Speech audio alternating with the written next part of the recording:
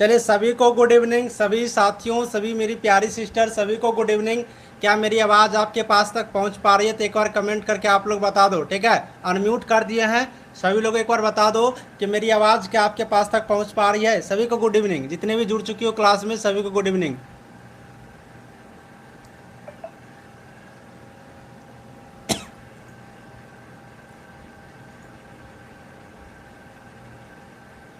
चलिए बहुत अच्छा, मेरी आवाज़ सबके पास तक पहुंच पा रही है ना। कल हम लोग दर्द और तकलीफ के बारे में पढ़ रहे थे। मतलब बॉडी में कुछ कुछ जो पार्ट है, उन बॉडी पार्टों में क्या क्या दर्द दर्द होते हैं, क्या क्या तकलीफ होते हैं, उनके बारे में थोड़ा सा पढ़े थे। जैसे कि हम लोग यहाँ पर दांत के दर्द पढ़ लिए थे, उसके बाद कान के दर्द पढ़ लिए थे, उसके बाद यहाँ पर पेट में कैसे दर्द करता है ये भी पढ़ लिए थे। तो बहुत सारे पेट यहाँ पर दर्द के बारे में हम लोग पढ़े थे, है ना। तो लगभग सभी दर्द के बारे में हम लोग यहाँ पर कल के सब्जेक्ट में कंप्लीट किए थे। और ये पीडीएफ भी अपलोड कर दिए हैं, ये पीडीएफ भी अपलोड कर दिए हैं। आप लोग नोट्स आराम से बना लेना, ठीक है। पीडीएफ भी अपलोड हो चुकी है। क्लास को शुरू करें क्या? एक बार बता दो, क्लास को शुरू करें? आवाज़ आ रही है आपके पास तक?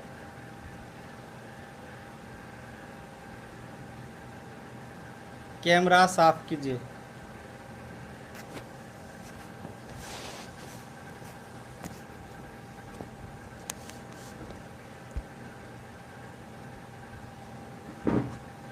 अरे कैमरा साफ नहीं करेंगे? मैं ही काला हूँ तो कैमरा कहाँ से साफ करेंगे?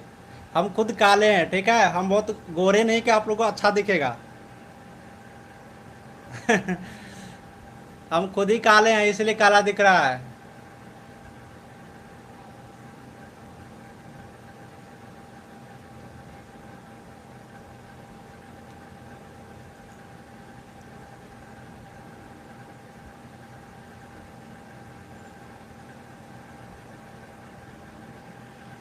नहीं नहीं, हम बहुत काले हैं इसलिए। सर मीडियम में है।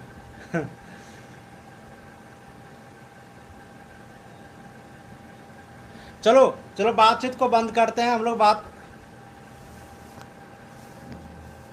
हाँ, फोटो वोटो को चक्कर में नहीं रहना है, ठीक है। चलिए सीधा सीधा बात करते हैं, हम लोग क्लास की तरफ बढ़ते हैं। देखिए कल हम लोग बॉडी में जो जो पार्ट होते हैं उन, हाँ, जो कल बॉडी में जो जो पार्ट होते हैं उन पार्टों में यहाँ पर, उन पार्टों में क्या कहाँ कहाँ दर्द होते हैं, ठीक है। कैसे कैसे दर्द होते हैं, दर्द का कारण क्या होता है, उसका मैनेजमेंट क्या करते हैं, सब कुछ के बारे में हम लोग कल यहाँ पर पढ़े थे। अब हम लोग यहाँ पर पढ़ने वाले हैं, बस दो टॉपिक है। जल्दी से इस दो टॉपिक को ख़त्म कर देते हैं और एक नया चैप्टर यहाँ पर शुरू करेंगे। उस नया चैप्टर को आप लोग देखिएगा। तो यहाँ पर हम लोग देखने वाले हैं मैनेजमेंट के बारे में, ठीक है। अस्थाई आदेश का प्रबंध और शिष्टाचार, यानी जितने भी दर्द हैं, इस दर्द का अस्थाई, यहाँ पर अस्थाई रूप से प्रबंध कैसे करेंगे, परमानेंट रूप से इसको मैनेजमेंट कैसे करेंगे, प्रोटोकॉल इसका क्या होता है, कुछ यहाँ पर जो ऑर्डर्स होते हैं उसको फॉलो भी करना होता है। इनके बारे में थोड़ा सा अब आप लोग समझेंगे, थोड़ा गौर करके, ठीक है। कोई क्लास को प्लीज़ डिस्टर्ब नहीं करेंगे और आप लोग शांतिपूर्वक क्लास को देखिए। एक नया चैप्टर शुरू भी करना है। देखिए इसमें कुछ खास बात नहीं है, इसमें कुछ खास बात आप लोग को पढ़ना नहीं है।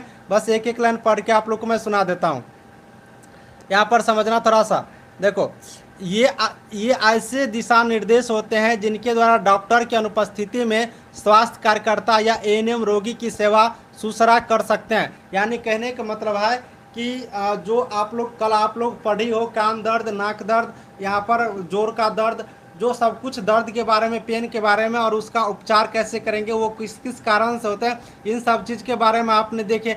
तो यहाँ पर एक दिशा निर्देश दिए जाते हैं डॉक्टर के द्वारा, ठीक है। डॉक्टर के द्वारा एक स्वास्थ्य कार्यकर्ता को या फिर एएनएम को, इसलिए कि कभी अगर डॉक्टर नहीं रहे तो आप उस स्थिति में आप किसी रोगी को यहाँ पर आसानी से पूरा बढ़िया से उनका यहाँ पर सेवा कर सकें, ठीक है। तो ये होता है इनका एक आदेश। दूसरा क्या होता है, दूसरा पॉइंट क्या याद रखना है, आदेश लिखित रूप में होता है। कोई भी जो आदेश होता है वो पर्ची क्या होता है, लिखित रूप में होता है, रिपोर्ट लिखित रूप में होता है। अस्पताल में से अस्थायी आदेश का पालन किया जाता है, यानी जो आदेश होगा वो लिखित रूप में होना चाहिए और इसकी पालन आपके हॉस्पिटल में जहाँ पर आप काम कर रहे हैं वहाँ पर होनी चाहिए।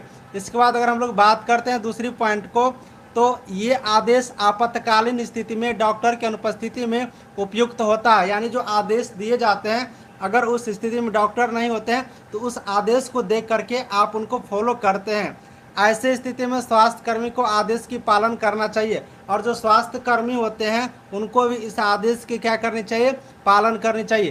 तो ये होता है परमानेंट मैनेजमेंट। ये परमानेंट यहाँ पर जो अस्थाई आदेश जो होता है ये अस्थाई आदेश होता है, और इनको मैनेजमेंट यहाँ पर करना चाहिए, इनको समझना चाहिए। कहने का मतलब अस्थाई आदेश मूल रूप से क्या होता है कि जो डॉक्टर्स होते हैं वो डॉक्टर्स जो आदेश लिखते हैं, जो यहाँ पर नियमावली बनाए रहते हैं कि इस नियम को फॉलो करना है, इस आदेश को फॉलो करना है, ये बीमारी होने पर ये दवा चलानी है, तो इस आदेश को हम लोगों को यहाँ पर करवाने होते हैं। आप एक एएनएम है तो आपको यहाँ पर बता दिए जाएंगे कि ऐसे इंजेक्शन लगाना है, ये दवा देना है, इस मरीज को ये देना है, तो उस आदेश को फॉलो करना शिष्टाचार रूप से एकदम बढ़िया से, उसी को कहा जाता है कि अस्थाई आदेश, परमानेंट यहाँ पर आदेश। इसमें कुछ नहीं रहता है, बस जो डॉक्टर्स नियम बनाए रहते हैं, जो आपको समझा कर गए रहते हैं, जो पर्चे आपको दे कर गए रहते हैं, उसको बस आप जा कर के फॉलो कर दीजिए, सभी मरीज को सेवा कर दीजिए, और उस मरीज को भी इस चीज़ों को पालन करनी चाहिए। इसी को कहा जाता है अस्थाई आदेश, स्टैंडिंग ऑर्डर, प्रोटोकॉल, इसी को यहाँ पर बोले जाते हैं।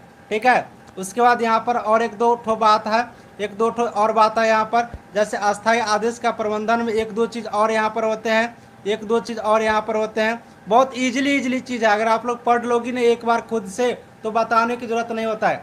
अस्थाई आदेश का पालन पंजीकृत डॉक्टर व नर्स द्वारा की जाती है, और दोनों के द्वारा ही प्रबंधन किया जाता है, जो निम्न है। यानी जो अस्थाई आदेश होते हैं वो सिर्फ पंजीकृत डॉक्टर और नर्स के द्वारा ही किए जा सकते हैं। कोई झोला छाप डॉक्टर उस अस्थाई आदेश को यहाँ पर नहीं बना सकते हैं, और उसका ना तो वो पालन कर सकते हैं। यानी कि वो बढ़िया डॉक्टर होना चाहिए, पंजीकृत होना चाहिए, सबका एक रजिस्ट्रेशन काउंसिल बना हुआ है। जैसे आप लोग का क्या है, बिहार में हो तो बीएनआरसी बना हुआ है ना, इसमें आपका रजिस्ट्रेशन किया हुआ है। तब जिन जिन नर्सों का बीएनआरसी में रजिस्ट्रेशन किया हुआ वही पक्का वाला नर्स है, उसी को पक्का वाले नर्स बोले जाते हैं। एकदम बिहार सरकार के नर्स होगी, परमानेंट नर्स होगी। इसी तरह से डॉक्टर का भी पंजीयन होता है, उनका भी रजिस्ट्रेशन होता है बिहार गवर्नमेंट के अंतर्गत, भारत सरकार के अंतर्गत। तो जो पंजीकृत है, जो सरकार के अंदर पंजीकृत है, बस उसी नर्स और उसी डॉक्टर्स के द्वारा अस्थाई आदेश का पालन किए जाते हैं। अब जो अस्थाई आदेश का पालन किए जाते हैं तो उसमें कुछ जो इम्पोर्टेंट चीज़ लिखे रहते हैं उनके बारे में थोड़ा सा आप लोग समझ लीजिए कि अस्थाई आदेश में क्या क्या चीज़ें होना नेसेसरी होता है। तो सबसे पहले अगर आप लोग देखोगी तो रोगी का कमरा स्वच्छ, हवादार और शांत वातावरण होना चाहिए। यानी कि आदेश पालन के क्रम में सबसे पहले ये देखना है कि जो रोगी जिस वार्ड में रखा गया उस वार्ड का उस कमरा स्वच्छ है कि नहीं, हवादार है कि नहीं, शांत वातावरण में है कि नहीं, ये चीज़ यहाँ पर सबसे पहले देखे जाते हैं। रोगी की जैव चिन्ह का मतलब क्या होता है, जैसे कि बुखार नापना, उसी को तापमान नापना कह सकते हैं, नाड़ी चेक करना, श्वसन चेक करना, ब्लड प्रेशर चेक करना, ये सब कुछ यहाँ पर अस्थायी रूप से चेक करते रहना चाहिए। ठीक है,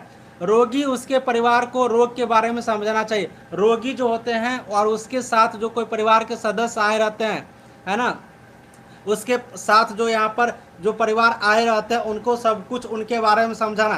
क्योंकि मान लो जो दवा चल रहे हैं, आप तो हमेशा उनको दिखाने के लिए नहीं आएंगे, तो आप उनके आप उनके परिवार को सब कुछ बता देंगे कि ये दवा इस टाइम में चलेंगे, ये दवा इस टाइम में चलेंगे। ये चीज़ आपको यहाँ पर बताने होते हैं।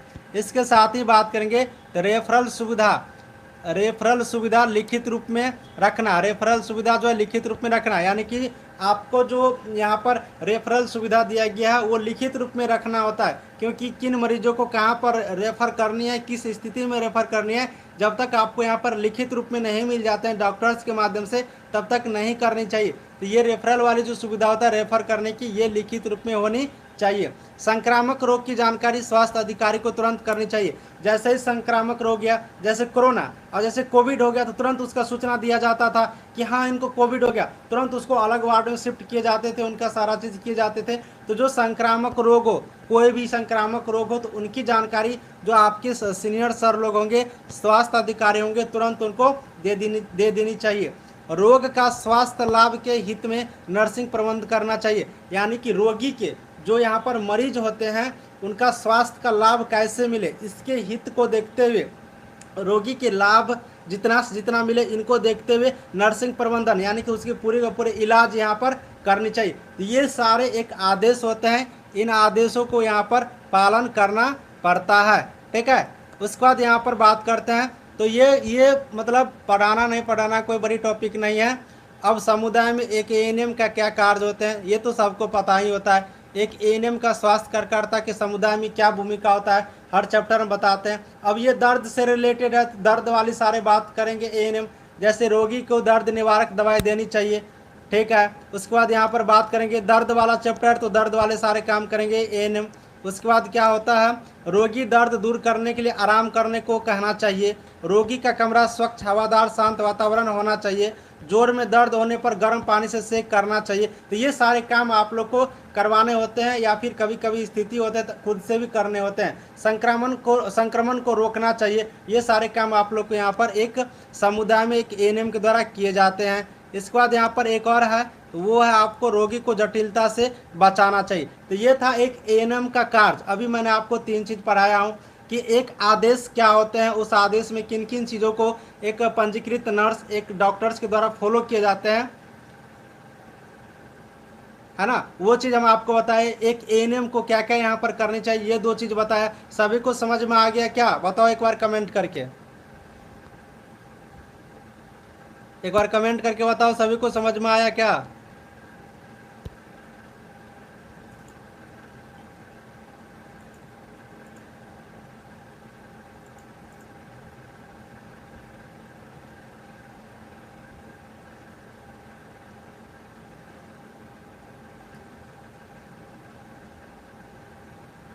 नहीं सर, देखो मंजू कल का चैप्टर नहीं पढ़ी थी क्या?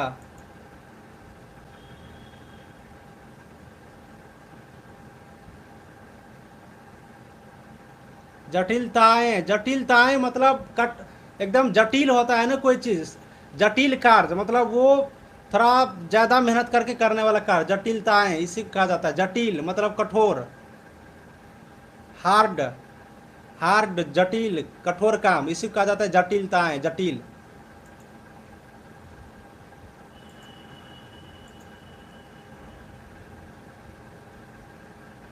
कल के क्लास की होगी तो कोई दिक्कत नहीं, बस इसमें प्रबंध के बारे में बताया गया है कि एक एएनएम को क्या क्या कार्य करने होते हैं, ये सभी कार्य के बारे में दिया गया है। ठीक है, चलो बहुत बढ़िया सभी को। हाँ, कॉम्प्लेक्स वर्ड, तो ये सबको यहाँ पर समझ में आ गया, बहुत बढ़िया। कल यही बस 2 टॉपिक छूट गया था, जो 2 टॉपिक हम आपको आज बता दिए। कल आप लोग 10 मिनट टाइम देती, ये दोनों टॉपिक कल ही यहाँ पर ख़त्म हो सकते थे। ठीक है, लेकिन तुम लोग भाग गई, बताइए नहीं सर छोड़ दीजिए छोड़ दीजिए, तो छोड़ दिए। तो ये सारे चीज़ था इस चैप्टर के। तो देखिए आप लोग का जो ये चैप्टर था, ये चैप्टर भी अब ख़त्म हो गया। ठीक है, ये चैप्टर भी आप लोग के यहाँ से समाप्त हो गया है।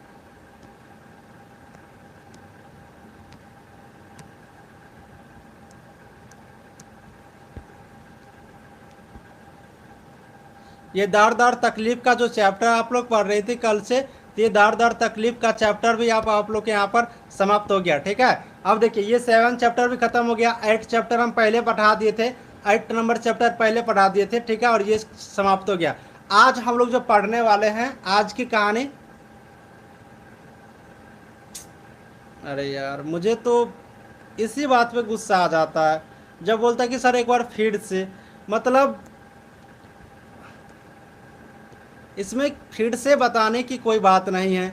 इसमें तो बस ये चीज़ रेगुलर होता है, हर चैप्टर के लास्ट में ये चीज़ होता है, ये चीज़ रेगुलर होता है। इसमें कहा जा रहा है सुनो, जो जो फिर से बताए ना सुन लो, सुन लो। अगर फिर से कहने वाले, अस्थाई आदेश का प्रबंध और शिष्टाचार, यानी कि परमानेंट आदेश क्या होता है, स्टैंडिंग ऑर्डर क्या होते हैं। ठीक है, अस्थाई आदेश कैसे कैसे यूज किए जाते हैं इसके बारे में बताया गया है। तो अस्थाई आदेश 2 लोग करते हैं, जो पंजीकृत डॉक्टर होते हैं, यानी कि जिनका रजिस्ट्रेशन गवर्नमेंट के अंदर होते हैं, और जो नर्स होते हैं गवर्नमेंट के अंदर, उसी को कहा जाता, उसी के द्वारा यहाँ पर ये आदेश फॉलो किए जाते हैं। इस आदेश के अंदर कुछ यहाँ पर रूल फॉलो करने होते हैं। ये रूल इस तरह से हैं। ठीक है, ये रूल इस तरह से हैं। ये तो खुद से भी एक लाइन पढ़ोगे तो समझ में आ जाएगा। ये किनको समझ में नहीं आता, एक लाइन में मुझे बताओ।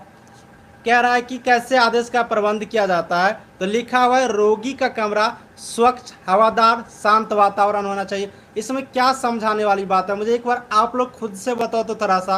ये तो कुछ नहीं लिखा है। रोगी की जैव चिन्ह, जैव चिन्ह का मतलब है कि बॉडी को चेकअप करना, मतलब तापमान यानी कि बुखार है कि नहीं, नारी नारी जो चल रहा है कि नहीं, श्वसन चल रहा है कि नहीं, रक्तचाप उनका ठीक ठाक चल रहा है कि नहीं, ये सब चीज को चेक करना। इसके बाद यहाँ पर रोगी का जो परिवार होते हैं ना, रोगी का जो परिवार होता है उसको रोग के बारे में समझाना, रोग के बारे में समझाना, यानी जो नियम डॉक्टर्स आपको बताते हैं उस नियम को फॉलो करना ही यहाँ पर आदेश कह सकते हैं। आदेश मतलब क्या, जो डॉक्टर्स आदेश दिए उस आदेश को फॉलो करना, बस वही हो गया। रोगी रोगी जो होते हैं उसके सदस्य को बताने होंगे ना कि क्या दवाई देनी है, कैसे इसको ध्यान रखना है, ये चीज़ आप लोग को बताना है।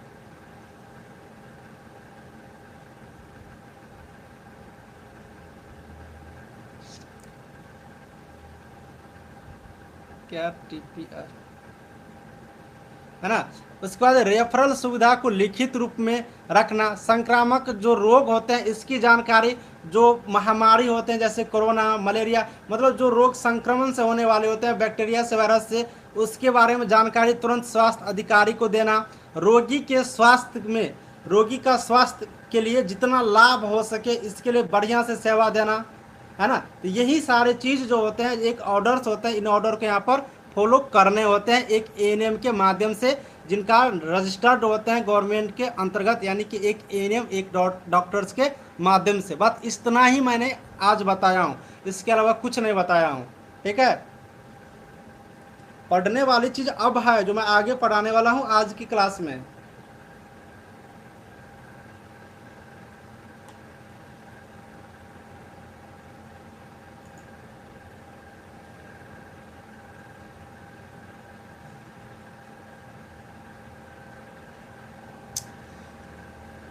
यहाँ पर सबसे प्रॉब्लम, हमें एक बात बताइए, आप लोग को इतना तो कम से कम समझ में आनी चाहिए ना कि लाइव क्लास में हूँ कि नहीं, ये भी समझ में नहीं आता है। पूछते रहते हैं सब कि सर मैं लाइव क्लास में हूँ कि नहीं, मेरा एक बार नाम ले लो सर, प्लीज़ नाम ले लो। अरे यार लाइव क्लास देख रही हो तो इसमें क्या मतलब, आपके घर आके पढ़ाऊँगा क्या मैं, क्या आप लाइव क्लास में नहीं हो। अजीब स्थिति है। चलो इस चैप्टर को यहाँ पर समाप्त हो गया, ठीक है, नया चैप्टर पढ़ो, बढ़िया से पढ़ो नया चैप्टर।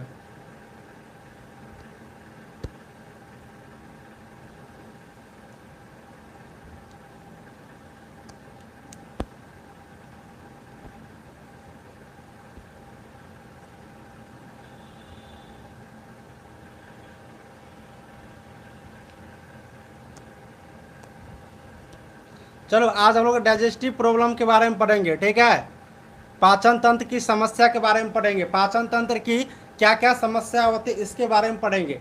चलिए पाचन तंत्र की क्या क्या समस्या होती है इसके बारे में पढ़ेंगे। अभी हम लोग जितना भी बॉडी के जो समस्या होती है, हमारे जो अंदर रोग होते हैं, जो रोग होते हैं, जो प्रॉब्लम होते हैं, जो डिजीज होते हैं, उन डिजीज के बारे में हम लोग पढ़ रहे हैं, उस पार्ट के बारे में नहीं पढ़ रहे हैं। जैसे कि कल हम लोग दांत के बारे में पढ़ रहे थे तो दांत का दर्द के बारे में, दांत के रोग के बारे में, शोषण पढ़ रहे थे तो शोषण के रोग के बारे में, कान पढ़ रहे थे तो कान के रोग के बारे में, इसके रोग के बारे में पढ़ रहे हैं, इसके डिजीज के बारे में, इसकी प्रॉब्लम के बारे में हम लोग पढ़ रहे हैं, ठीक है। इसके बारे में नहीं पढ़ रहे हैं। जैसे कि दांत के बारे में पढ़ेंगे तो दांत के बारे में अलग से पढ़ना होता है, दांत क्या है, दांत के काम क्या है, दांत कितने प्रकार के होते हैं, अग्रचवर्णक, उसके बाद रदनक, किरदंत, ये सब मतलब सब कुछ अलग अलग चीज़ है, तो उनके बारे में नहीं पढ़ करके उनके डिजीज, ठीक है, उनके डिजीज के बारे में हम लोग यहाँ पर पढ़ने वाले हैं, उनके डिजीज के बारे में हम लोग यहाँ से पढ़ने वाले हैं, ठीक है।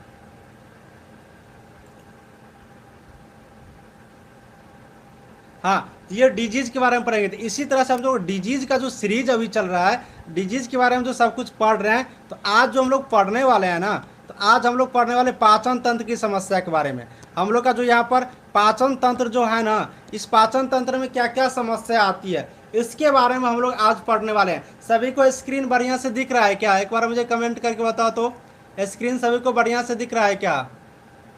कुछ कुछ लोग बोले कि सर बढ़िया से नहीं दिख रहा है।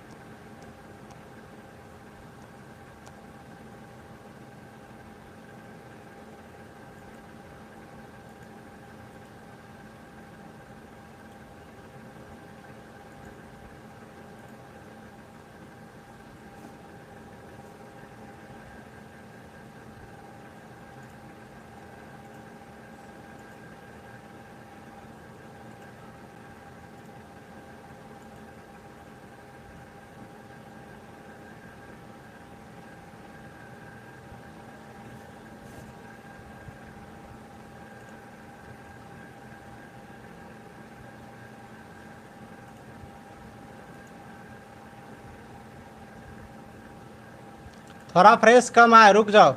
अगर थोड़ा फ्रेश कम आए तो थोड़ा सा टाइम दो, 2 मिनट, मैं फ्रेश निकाल के दिखा देता हूँ, ठीक है।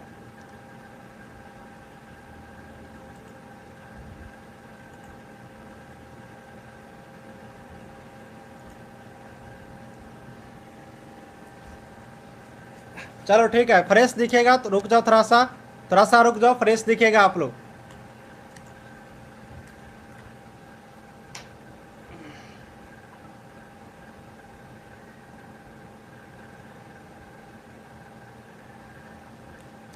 चलो, तो इसी डिजीज के बारे में, जो हमारा जो यहाँ पर पाचन तंत्र है, इसमें क्या क्या समस्या आती है, इस समस्या के बारे में थोड़ा सा आज हम लोग यहाँ पर क्लास को पढ़ने वाले हैं। इस चैप्टर को आज हम लोग यहाँ पर पढ़ेंगे, ठीक है। चलिए, एक आपको हम सबसे पहले फिगर दिखा देते हैं, ठीक है। आप लोग को मैं एक फिगर दिखा देता हूँ। ये फिगर सबको दिख रहा है क्या? एक बार आप लोग कमेंट करके मुझे बताओ तो, ये फिगर सबको दिख रहा है क्या?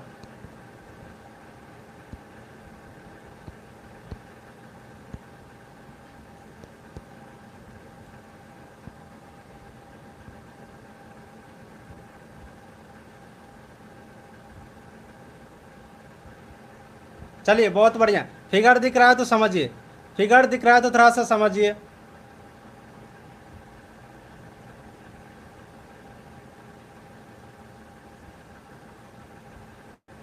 चलिए चलिए, कमेंट कोई मत करिए, ठीक है, मैं अपना फिगर हटा देता हूँ। चलो, कमेंट कोई मत करिए, थोड़ा सा पढ़िए, थोड़ा सा पढ़िए।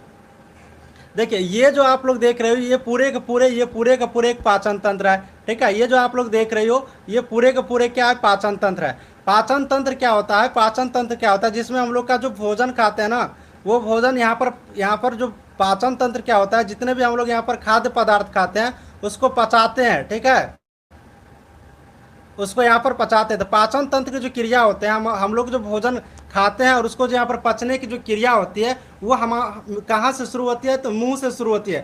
थोड़ा सा गौर से सुनो, थोड़ा सा गौर से सुनो, इसके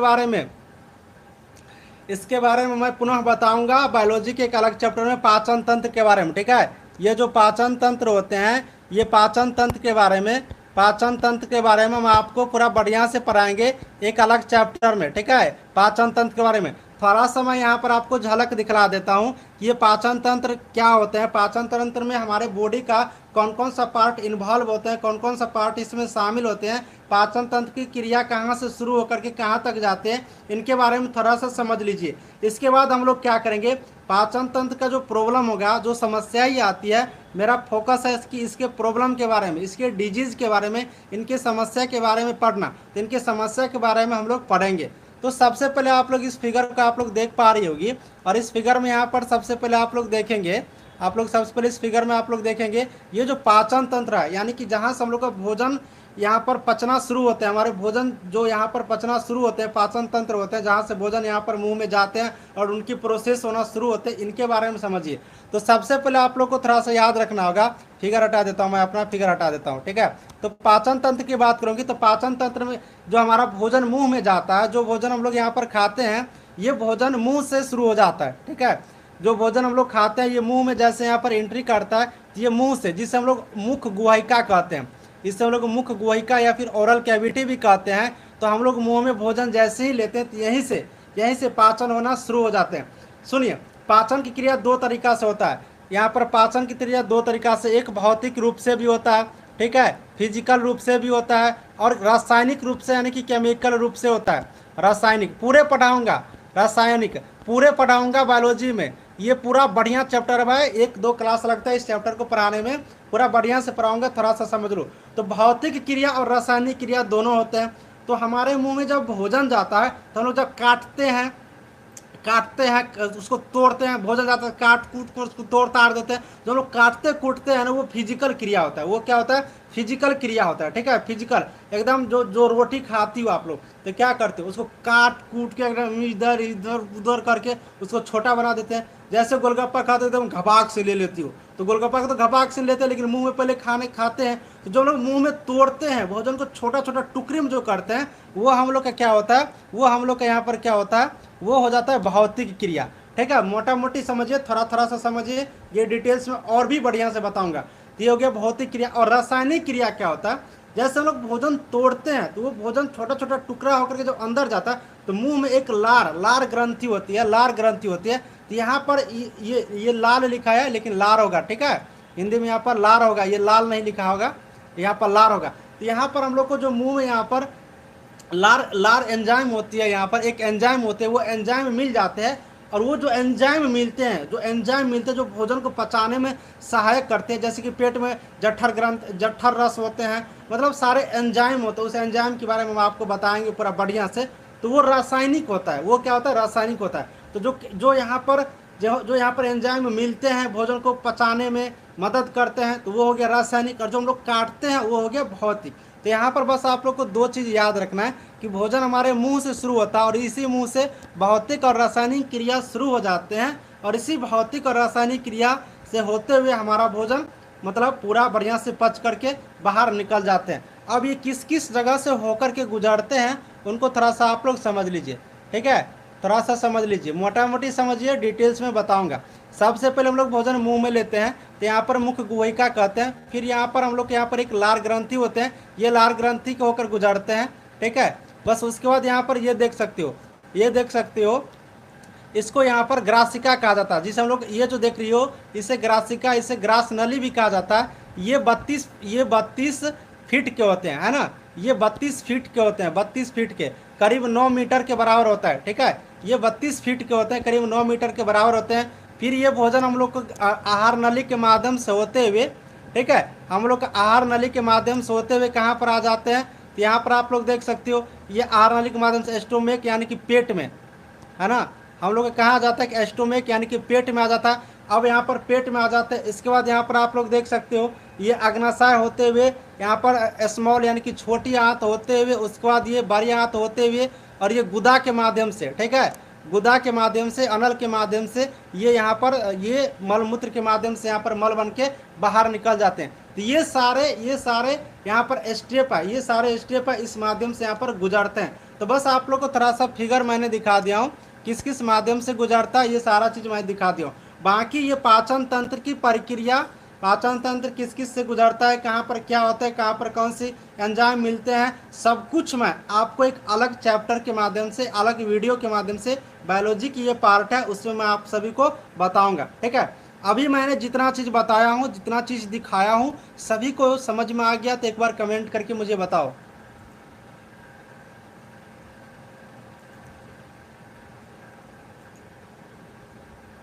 अभी कुछ कुछ मैंने आपको दिखाया हूँ, फिगर दिखाया हूँ, सारे चीज़ मैंने बताया हूँ, कैसे कैसे रासायनिक भौतिक होते हैं, कहाँ कहाँ से गुजरते हैं। तो ये चीज़ मैंने आपको दिखाया हूँ, सभी को समझ में आ गया तो बताओ। ये मैं पुनः बताऊँगा, मैं एक बार सुना, समझ लो, फिर से पुनः मैं बताऊँगा, इसे सब कुछ ये पुनः बताऊँगा, ये बायोलॉजिकल चैप्टर है। हाँ चलो बहुत बढ़िया।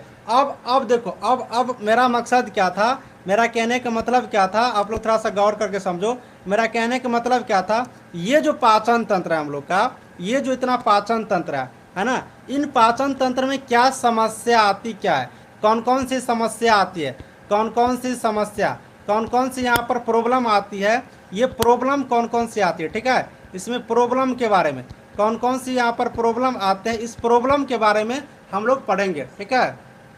इस प्रॉब्लम के बारे में हम लोग आज क्लास में यहाँ से शुरू करते हैं कि आखिर कौन कौन से प्रॉब्लम इनके अंदर में आते हैं। तो चलिए शुरुआत करते हैं इसकी समस्या के बारे में, इसके प्रॉब्लम के बारे में। देखिए अब यहाँ पर शुरुआत करते हैं, पूरा बढ़िया से देखो, एक मिनट रुक जाओ।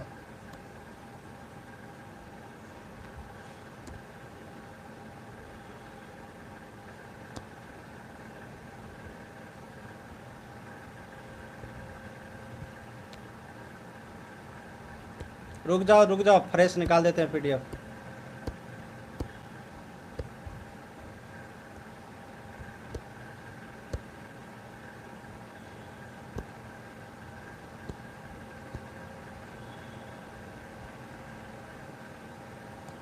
अब समझो पाचन तंत्र की क्या क्या समस्या होती है, इन समस्या के बारे में। फोटो हटा देता है, फोटो डिस्टर्ब कर रहा है।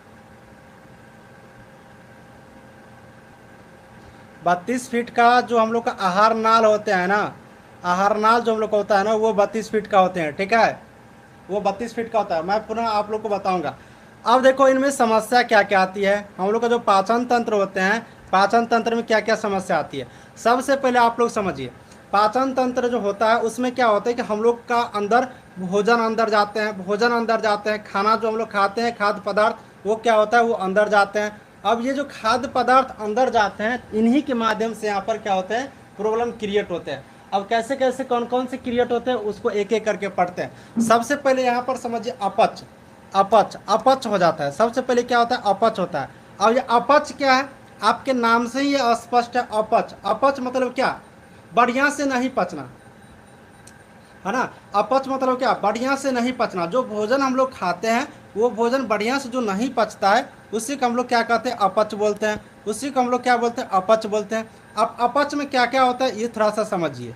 देखिए अपच में यह स्थिति ज़्यादा खाना खाने से होता है। यानी अपच मतलब क्या, भोजन नहीं पचेगा। तो भोजन कब नहीं पचेगा, जब आप लोग ज़्यादा खाना नहीं खाओगी, उस स्थिति में क्या होगा कि आपका यहाँ पर भोजन नहीं पचेगा, यानी कि आपको यहाँ पर अपच हो जाएंगे। तो ये होता है सबसे पहले, ज़्यादा खाना खाने से क्या होता है, अपच हो जाते हैं। भोजन संबंधित स्वास्थ्य आदतों को अपना करके अपच की रोकथाम करनी चाहिए। अब ये जो हम लोग को अपच हो जाते हैं, मतलब जो भोजन हम लोग को बॉडी में नहीं पचता है, तो इन अपच को रोकने के लिए भोजन से संबंधित जो भी आदत होते हैं उन्हें अपनाना चाहिए। आदत अपनाने का मतलब क्या हुआ कि हम लोग को मान लो कि खाना रोटी खाने की क्षमता 4 है या 5 या 6 है। अगर 5 रोटी खाने की क्षमता है तो आपको 5 रोटी ही खाना चाहिए, बशर्ते 4 रोटी ही खाना चाहिए। आपको ज़्यादा से ज़्यादा पानी पी लेना चाहिए, है ना। तो ये आपको आदत होनी चाहिए। ये नहीं कि मतलब 5 रोटी खाने की क्षमता है, 10 रोटी खा लिए, गए भोज खाने के लिए किसी पार्टी में, और उस पार्टी में क्या किए, खाने की क्षमता इतना तो खा लो, इतना कहेगा अरे मतलब खाने के लिए ही आए हो तो एकदम बहुत ज़्यादा खा लो, और वो बहुत ज़्यादा खा कर घर जाओगे तो एकदम पेट पे हाथ लेके जाओगी, अरे यार मुझे तो यहाँ पर अपच हो गया, अब तो यहाँ पर पचिए नहीं रहा। तो यही होता है अपच की स्थिति। जो आपको खाना खाने की जो आदत होती है उसको यहाँ पर अगर बढ़िया से अपना लेती हो, अगर उसको बढ़िया से रूटीन वाइज चलने देती हो, प्रत्येक दिन उसी स्थिति में चलने देते हैं, तो ये जो आपके अपच वाले जो सिस्टम होते हैं, ये जो अपच होने के आपके यहाँ पर चांसेज होते हैं, ये अपच आपको यहाँ पर नहीं होंगे। इसके बाद यहाँ पर अपच की क्या कहानी होते हैं, मतलब भोजन नहीं पचने की क्या और यहाँ पर कारण हो सकते हैं अपच की। तो दूसरा अगर आप लोग बात करोगे तो भोजन में तले हुए और ज़्यादा मसाला युक्त भोज्य पदार्थ नहीं लेना चाहिए। यानी जो चीज़ हम लोग खाते हैं उसमें ज़्यादा तेल वाला सामान नहीं होना चाहिए, ज़्यादा मसाला यूज नहीं करना चाहिए। ज़्यादा मसाला यूज करते हैं तो क्या होता है कि अभी तो बॉडी चलेगा, अभी तो बॉडी चलेगा, लेकिन जैसे जैसे एज बढ़ते जाते रहता है, एज बढ़ते जाता है, आपका बॉडी मतलब कमज़ोर होते जाते रहते हैं। तो यही चीज़ होता है तेल और मसाला युक्त। पहले के टाइम के लोग को आप लोग देखते होंगे 100-100 वर्ष जीते हैं, 100-100 वर्ष। मेरी दादी का उम्र अभी कम से कम हमको लग रहा है कि 85 प्लस होता होगा, 85 प्लस होता होगा, ठीक है। मेरी दादी की उम्र अभी 85 हो रही होगी, बट अभी वो सब कुछ बढ़िया से करते, एकदम बढ़िया से सब कुछ घर में काम करते। क्यों, क्योंकि वो लोग शुरू से ही मतलब मसाले वाला सामान ज़्यादा यूज नहीं करते हैं, तेल ज़्यादा नहीं खाते हैं। अभी भी देखते हैं वो ज़्यादा मसाले और तेल वाला सामान नहीं खाते हैं, ठीक है, नहीं खाती है। तो इन चीज़ों को ध्यान में रखे जाते हैं। अगर आप तेल और मसाले युक्त सामान नहीं खाते हो तो आप यहाँ पर अपच की स्थिति नहीं आएंगे, आपका एज और भी बरकरार यहाँ पर रहेंगे। लेकिन आज की जनरेशन में क्या होता है, मतलब यहाँ जनसंख्या इतना बढ़ गया है कि अब मजबूरी है कि मतलब क्या कहते हैं, हाइब्रिड वाला सब्जी मिलते हैं, हाइब्रिड वाला हर चीज़ मिलते हैं। मतलब सारे में क्या होता है, सभी में यहाँ पर केमिकल का ही यूज होता है, और वो केमिकल यूज होकर के आते तो उसका स्वाद तो पहले से खत्म रहता है, उसका स्वाद पहले से खत्म रहेगा। आपको मैं एक एग्जांपल दे देता हूँ। जैसे कि आप अगर मछली की बात करोगी तो जो नदी का मछली होता है और जो खुद से पाले हुए मछली रहते हैं, दोनों मछली खा के देखोगी, दोनों का स्वाद अलग अलग होता है। क्यों, क्योंकि जो खुद से मछली पाले जाते हैं तो उसको यहाँ पर खुद से इंजेक्शन दे करके, खुद से रासायनिक तत्व दे करके उसको जल्दी बढ़ाया जाता है, तो उसकी स्वाद खत्म हो जाते हैं। तो उनकी स्वाद पहले से खत्म होते हैं। अब उसमें क्या करेंगे लोग, स्वाद बनाने के लिए ज़्यादा से ज़्यादा मसाला का प्रयोग करते हैं, ज़्यादा से ज़्यादा तेल का प्रयोग करते हैं, और यही चीज़ क्या होता है हम लोग के बॉडी के लिए खतरनाक साबित हो जाते हैं, एक अपच की स्थिति बना देते हैं। तो अगर आपको अपच से बचना है तो मसाला और मसाला युक्त ज़्यादा तेलीय पदार्थ का यूज नहीं करनी चाहिए। किसी को भी अधिक खाना खाने के लिए जिद नहीं करनी चाहिए, ये तो सबसे बढ़िया बात है। किसी भी व्यक्ति को खाना खाने के लिए जिद नहीं करना चाहिए। घर में मेहमान आते हैं, गेस्ट आते हैं तो क्या करते, थोड़ा और ले लीजिए, 2 रोटी और ले लीजिए, एक ही ले लीजिए, मतलब उसको खाने की क्षमता अगर 5 है तो वो 5 ही खाएंगे ना। आप कितना भी अच्छा बना के दे दो वो 5 ही खाएंगे। अगर उसे 6 खिला दोगी, 7 खिला दोगी, 8 खिला दोगी तो क्या होगा, भोजन अच्छा से नहीं पच पाएंगे, यानी कि उसे अपच वाली स्थिति आ जाएंगे। तो खाने के लिए जिद कभी किसी को नहीं करनी चाहिए। इसके साथ ही इसके हम तो सब कुछ खाते हैं, ठीक है, मुझे जो मिल जाता है वो खा लेते हैं क्योंकि खुद से बनाना होता है ना। इसके बाद अगर बात करोगे, यदि अपच हो जाता है तो इसका उपचार नियम पूर्वक भोजन लेकर के करना चाहिए। यानी ये जो अपच वाली सिस्टम है, ये सब कुछ डिपेंड पड़ता है आपकी भोजन खाने की सिस्टम पर, है ना, ये भोजन खाने की सिस्टम पर। तो ये अपच वाली स्थिति को अगर आपको कम करना है तो नियम पूर्वक आपको यहाँ पर भोजन करनी चाहिए, एकदम बढ़िया से जो आपका सिस्टम है उस तरह से आपको भोजन करनी चाहिए, ठीक है।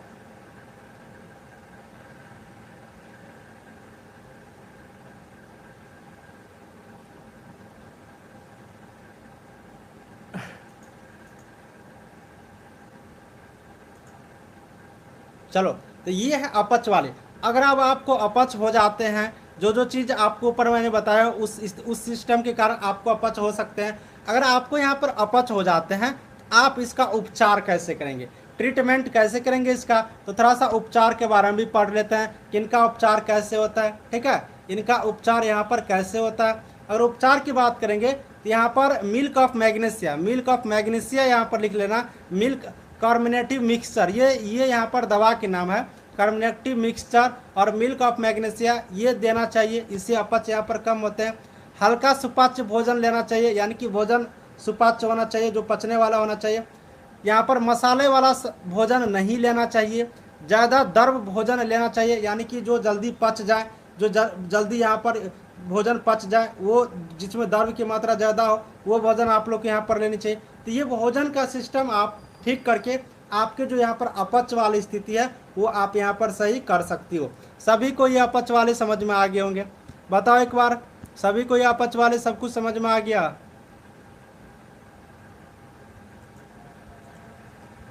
ये अपच वाले सब कुछ सभी को समझ में आ गई क्या, एक बार बताओ।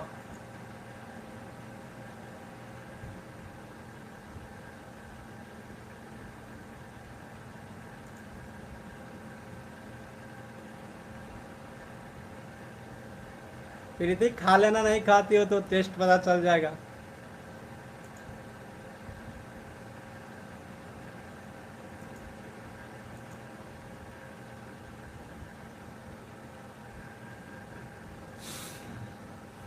चलो बहुत बढ़िया। मिल्क ऑफ मैग्नीशिया नाम है, उसको समझाना नहीं है। मिल्क ऑफ मैग्नीशिया यूज करने से अपच कम होते हैं। चलो सब समझ गई है, सभी कोई समझ गई है। हाँ, अपच वाले में भोजन बढ़िया से खाओगे सब कुछ ठीक रहेगा, अपच में और कुछ नहीं है, ठीक है। अब देखो अगला टॉपिक, भूख न लगना, ठीक है। भूख न लगना भी एक बीमारी है, भूख न लगना भी आपको एक बीमारी है, ठीक है। एनोरेक्सिया इसे कहते हैं, इंग्लिश में इसे एनोरेक्सिया कहते हैं।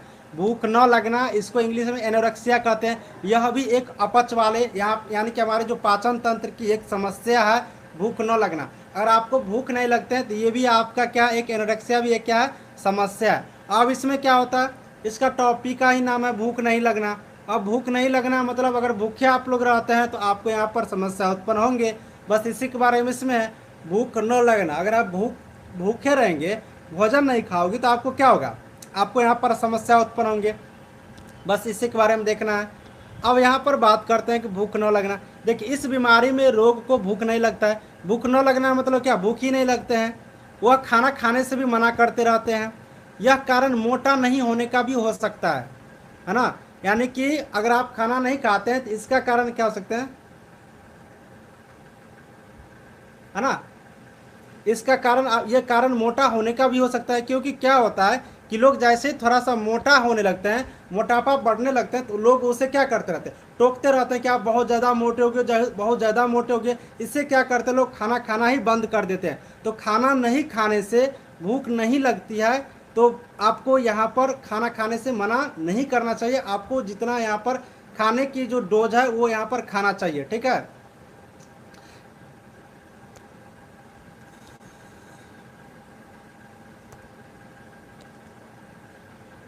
अरे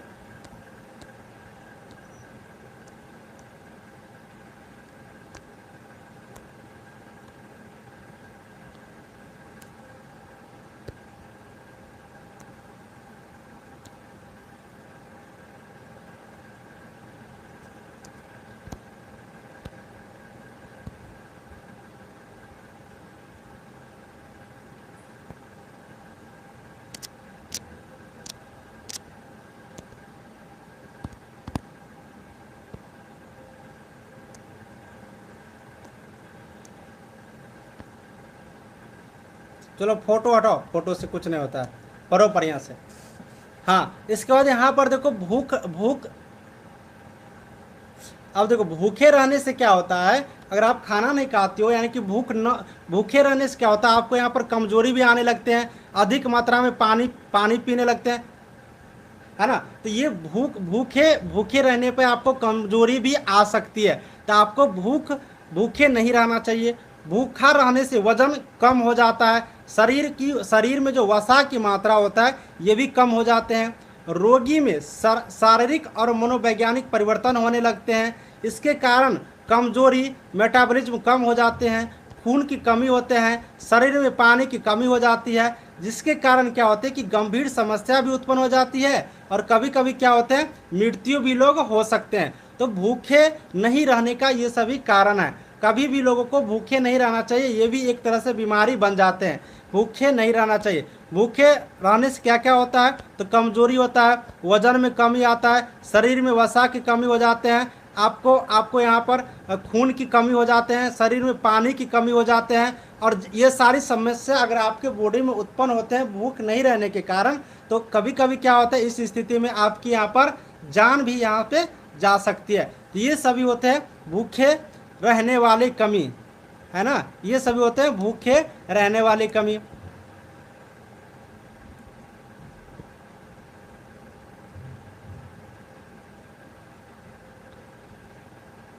अब देखो अगला क्या होता है, अगला क्या होता है पाचन तंत्र की समस्या, उल्टियां, वॉमिटिंग जिसे आप लोग कहती हो, है ना।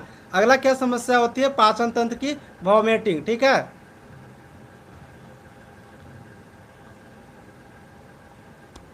अगला क्या होता है वॉमिटिंग यानी कि उल्टियां। उल्टियां कैसे होती है ये सब कुछ आप लोग पढ़ी होगी, थोड़ा थोड़ा सा समझ लो, ठीक है।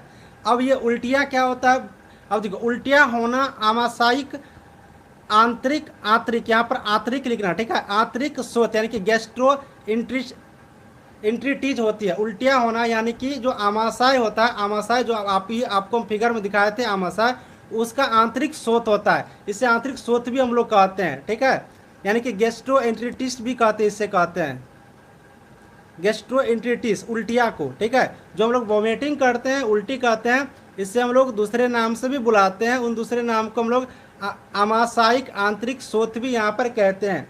देखो उल्टी में क्या होता है, उल्टी होने में क्या होता है पतले पानी से दस्त भी बार बार आते हैं। इसमें उल्टी के साथ जब उल्टी होते हैं तो पतले पानी तो आते हैं, और दस्त भी यानी कि दस्त भी आप लोग को बार बार आते हैं। रोगी क्या होते हैं कि बहुत ही बीमार दिखने लगते हैं, जैसे ही उल्टी होंगे तो रोगी क्या होगा बहुत बीमार दिखेंगे, और बुखार भी आ जाते हैं। इसके साथ ही रोगी को वजन में क्या होती है कमी आ जाती है।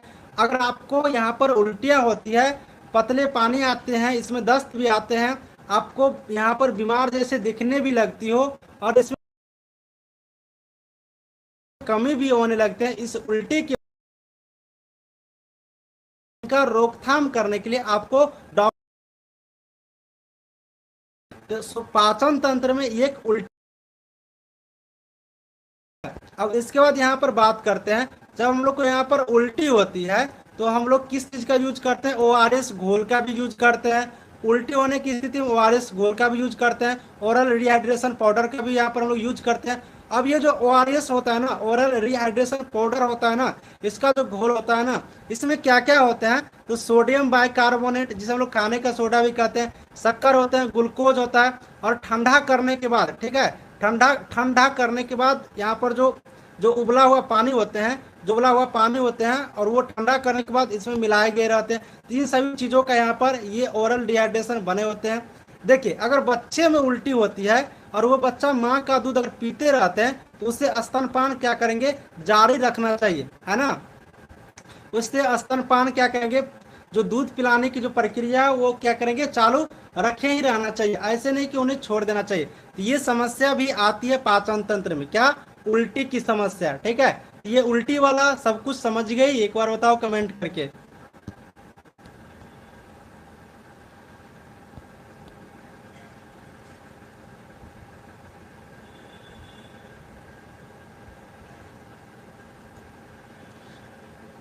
अच्छे अच्छे फ्रेश नहीं दिख रहा है क्या? पिक्चर हटा दिया हूँ। रुक जाओ रुक जाओ।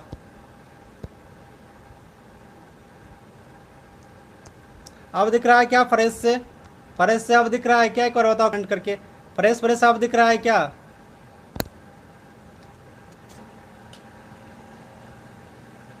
अब दिख रहा है क्या फ्रेश, एक बार कमेंट करके बताओ। फ्रेश दिख रहा है क्या? फिर से समझा देता हूँ।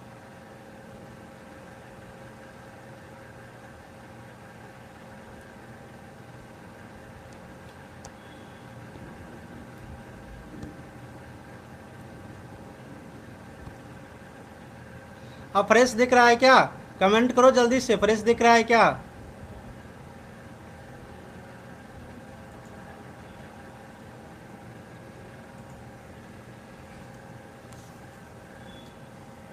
अब दिख रहा है कि नहीं, कमेंट तो करो। चलो चलो ठीक है ठीक है, अब दिख रहा है। अब देखो ये जो हम लोग का जो बॉडी, हम लोग का जो पाचन तंत्र है ना, हम लोग का ये जो पाचन तंत्र है ना, हम लोग का ये जो पाचन तंत्र है, इस पाचन तंत्र में एक उल्टी भी एक समस्या होती है, जो हम लोग का वॉमिटिंग होता है। सुनो सुनो गौर करके, अगर साफ दिख रहा है तो हम लोग के जो पाचन तंत्र है, जो पाचन तंत्र मुंह से शुरू होकर के छोटी छोटी आंत बड़ी आंत होते हुए,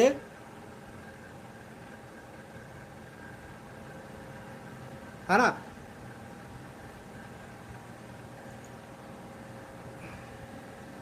छोटी आंत बड़ी आंत होते हुए जो गुदा के माध्यम से, कैनाल के माध्यम से जो यहाँ पर बाहर निकल जाते हैं, अनल के माध्यम से जो बाहर निकल जाते हैं, इस पाचन तंत्र में क्या होता है, उल्टी भी एक क्या होते हैं, एक समस्या बनी होती है। अब उल्टी होते हैं तो उल्टी में क्या क्या होते हैं, इन्हीं के बारे में थोड़ा सा हम लोग को समझना है। देखिए उल्टी को अगर बात करते हैं तो एक और नाम से हम लोग बुलाते हैं, उस नाम का, उसका नाम है आमाशयिक आंतरिक शोथ, ठीक है। गैस्ट्रोएंटेरिटिस भी इसे हम लोग कहते हैं, इसको दूसरा नाम से भी हम लोग बुलाते हैं। अब जो उल्टी जब हम लोग का होता है तो उल्टी में क्या होता है, पतले पानी आते हैं, है ना, पतले पानी से आते हैं, पतले पानी एकदम मुंह से नहीं उल्टी करती रहती हो, तो ये पतले पानी आते हैं। इसके साथ ही हम लोग को क्या होते हैं, बार बार दस्त भी होते हैं, बार बार क्या होते हैं हम लोग को यहाँ पर दस्त भी बार बार होते रहते हैं। इसके साथ ही जब आपको बहुत ही ज़्यादा उल्टी होने लगते हैं तो आप बीमार दिखने लगती हो। कैसे बीमार, अब देखती हो ना कि जब उल्टी होते हैं बहुत ही ज़्यादा, बहुत ही ज़्यादा, तो आप क्या करते हैं, बीमार हो जाते हैं, बीमार दिखने लगते हैं। इस स्थिति में जब आपको बहुत ही ज़्यादा उल्टी होते हैं तो आपके वजन में क्या होते हैं, कमी हो जाते हैं, वजन में क्या होते हैं, कमी हो जाते हैं। जब आपकी वजन में कमी हो जाते हैं, बार बार उल्टी आती है, इसके बावजूद अगर आपको यहाँ पर बीमार जैसे लगने लगती हो, तो इस स्थिति में क्या करनी चाहिए, रोगी को डॉक्टर से दिखानी चाहिए, जल्दी से जल्दी, जितना जल्दी से जल्दी होंगे डॉक्टर को दिखानी चाहिए। कभी कभी क्या होता है, तो उल्टी को रोकने के लिए, उल्टी को रोकने के लिए हम लोग ORS घोल का भी प्रयोग करते हैं। किसका करते हैं, ORS घोल का भी यहाँ पर प्रयोग करते हैं, थोड़ा सा समझो इसे। ORS घोल का भी यहाँ पर हम लोग प्रयोग करते हैं, ORS घोल का भी प्रयोग करते हैं। अब ये जो ORS घोल का जो लोग प्रयोग करते हैं, तो इस ORS घोल में क्या क्या होते हैं, तो सोडियम बाइकार्बोनेट, जिसे खाने का सोडा कहते हैं, शक्कर, ग्लूकोज, उबला हुआ पानी, है ना, इन सारे चीज़ को, हाँ, तो ओरल डिहाइड्रेशन सॉल्यूशन, तो इन सारी चीज़ों का हम लोग यहाँ पर इनका प्रयोग करते हैं। इसके साथ ही अगर बच्चे में उल्टियाँ होती है, अगर बच्चों में उल्टियाँ होती है और वो बच्चा अगर माँ का दूध पी रही होती है, दूध पी रहे होते हैं, तो उस स्थिति में बच्चे का दूध पीने की जो प्रक्रिया, जो दूध पीने की जो उनका है, वो दूध पीने की सिलसिला उसे चालू ही रखे रहना चाहिए, ये नहीं कि बीच में उसे दूध पिलाना बंद कर देना चाहिए। बस इतना ही चीज़ मैं बताया हूँ उल्टी के बारे में, बस इतना ही चीज़ मैंने अभी आपको बताया हूँ उल्टी के बारे में, ठीक है। अब बताओ सभी को उल्टी के बारे में सब कुछ समझ में आ गया? अब बताओ कमेंट करके।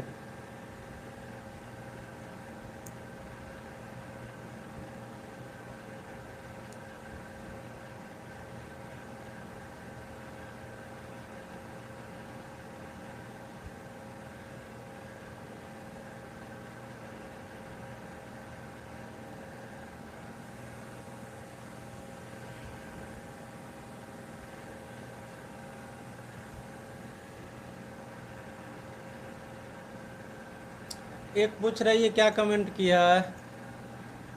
जी सर समझ गए, सब बढ़िया। दस्त नहीं समझती हो, जब आपको दस्त हो जाते हैं तो बार बार लेटरिन करने के लिए जाती हो, जिसे लूज मौसम भी आप लोग कहती हो, दस्त।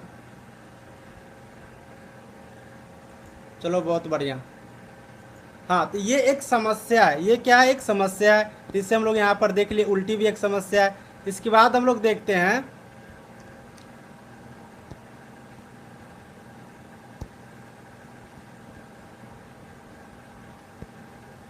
अब देखो एक और समस्या होती है पाचन तंत्र में, एक और समस्या होती है, इसके बारे में समझ लो। इस एक और अफरा आना, अफरा आना यानी कि डिस्टेंशन, डिस्टेंशन भी एक समस्या होती है, ठीक है। अफरा आना भी एक यहाँ पर पाचन तंत्र में समस्या आ जाती है। अब ये अफरा आने को क्या कहते हैं, जैसे कि कहते हैं कि पेट में गैस बन जाना, हवा का भर जाना। हम लोग का पेट में जब ये गैस बन जाता है, हम लोग का पेट में जब गैस बन जाता है तो इसी को हम लोग क्या कहते हैं, अफरा आना। कहते हैं कि एकदम पेट फूल गया, एकदम गैस से आज पेट फूल गया, आज हम खाना नहीं खा पाएंगे। तो हम लोग को पेट में जो गैस बन जाते हैं, हवा भर जाते हैं, इसी को हम लोग क्या कहते हैं, अफरा कहते हैं, ठीक है।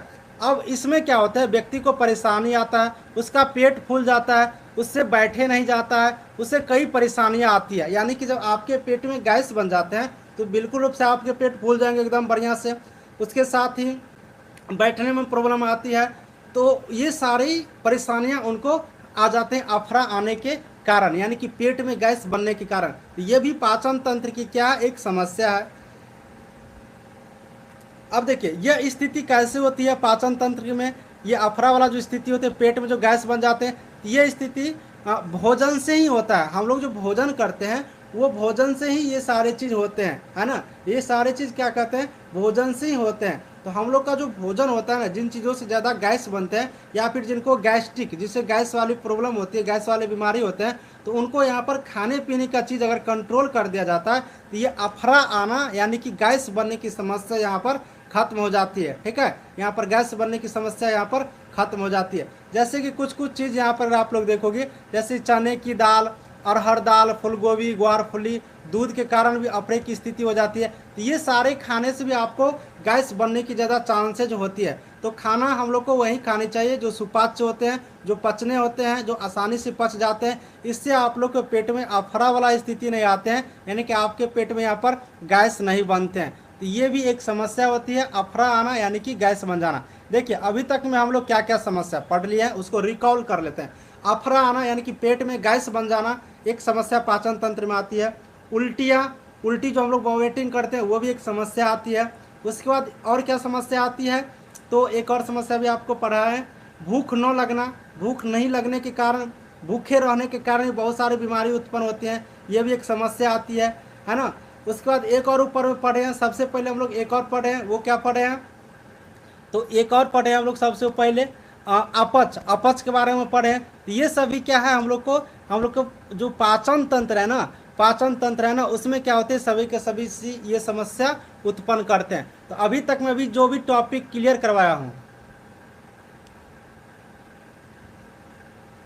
है ना, अभी तक मैं जो भी टॉपिक क्लियर करवाया हूँ सभी को समझ में आ गया क्या, बताओ। अपच वाली, जिसमें भोजन अच्छा से नहीं पचते हैं, भूख नहीं लगते हैं, उल्टियाँ, उसके बाद अफरा यानी कि पेट में गैस बना, ये 4 टॉपिक अभी क्लियर मैं करवाया हूँ, सभी को समझ में आ गया क्या।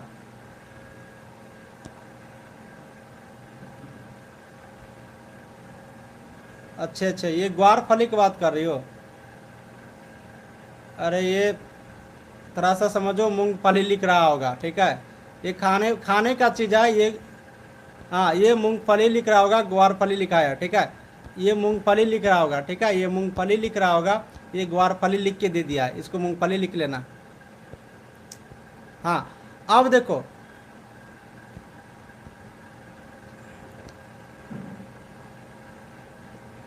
अब अगला टॉपिक पढ़ो, अब अगला टॉपिक पढ़ो, कब्ज। अब क्या होता है कि कब्ज तो आप लोग सब लोग समझते होंगे, कब्ज के बारे में तो किसी को बताने की जरूरत नहीं है। कब्ज जो एक ऐसी ये कब्ज है, ये कब्ज भी हमारे पाचन तंत्र में, ठीक है, कब्ज भी क्या होता है कि हमारे पाचन तंत्र में एक समस्या बन जाती है। अब कब्ज का मतलब क्या होता है, ये तो सबको समझती होगी। कब्ज का अर्थ है मल त्याग करने की कठिनाई, मल का कड़ा शुष्क व मल वस्तु का निष्कासन नहीं होने को कब्ज कहते हैं।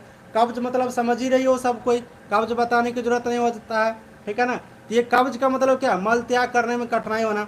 जब आप बढ़िया से लेटरिंग नहीं कर पाते हैं, आपको पेट में एकदम बढ़िया से जमा हुआ रहता है मल, कारा शुष्क कारा शुष्क मल, जो वस्तु निष्कासन होने में मतलब दिक्कतें होती है, नहीं होते हैं, उससे हम लोग कब्ज कहते हैं। पेट में जो हम लोग को कब्ज बन जाते हैं। अब कब्ज होने की क्या क्या यहाँ पर समस्या होती है, इसके क्या कारण होते हैं। तो अपर्याप्त द्रव्य लेने से, अगर आप लोग अपर्याप्त द्रव्य लेते हैं, अपर्याप्त भोजन खाते हैं, तो आपको यहाँ पर कब्ज हो सकते हैं, ठीक है। अपर्याप्त द्रव्य यानी कि अगर आप लोग बढ़िया से पानी भी नहीं पीते हैं, अपर्याप्त द्रव्य मतलब भोजन या फिर अपना पानी, मतलब जो अगर बढ़िया से खाना नहीं खाते हैं, तो आपको यहाँ पर अपच हो सकते हैं। जन्मजात भी कभी कभी होते हैं, ठीक है, जन्मजात असामान्यताएं भी होते हैं, जैसे कि पैरालिक स्टोनोसिस के कारण भी आपको यहाँ पर कब्ज हो जाते हैं, ठीक है।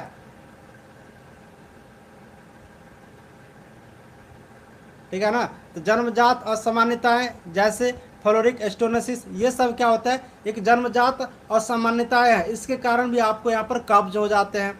अब कब्ज को कैसे हम लोग रोकथाम करेंगे, ठीक है, कब्ज को कैसे रोकथाम करते हैं। तो कब्ज को रोकथाम करने के लिए आसान तरीका है, अधिक मात्रा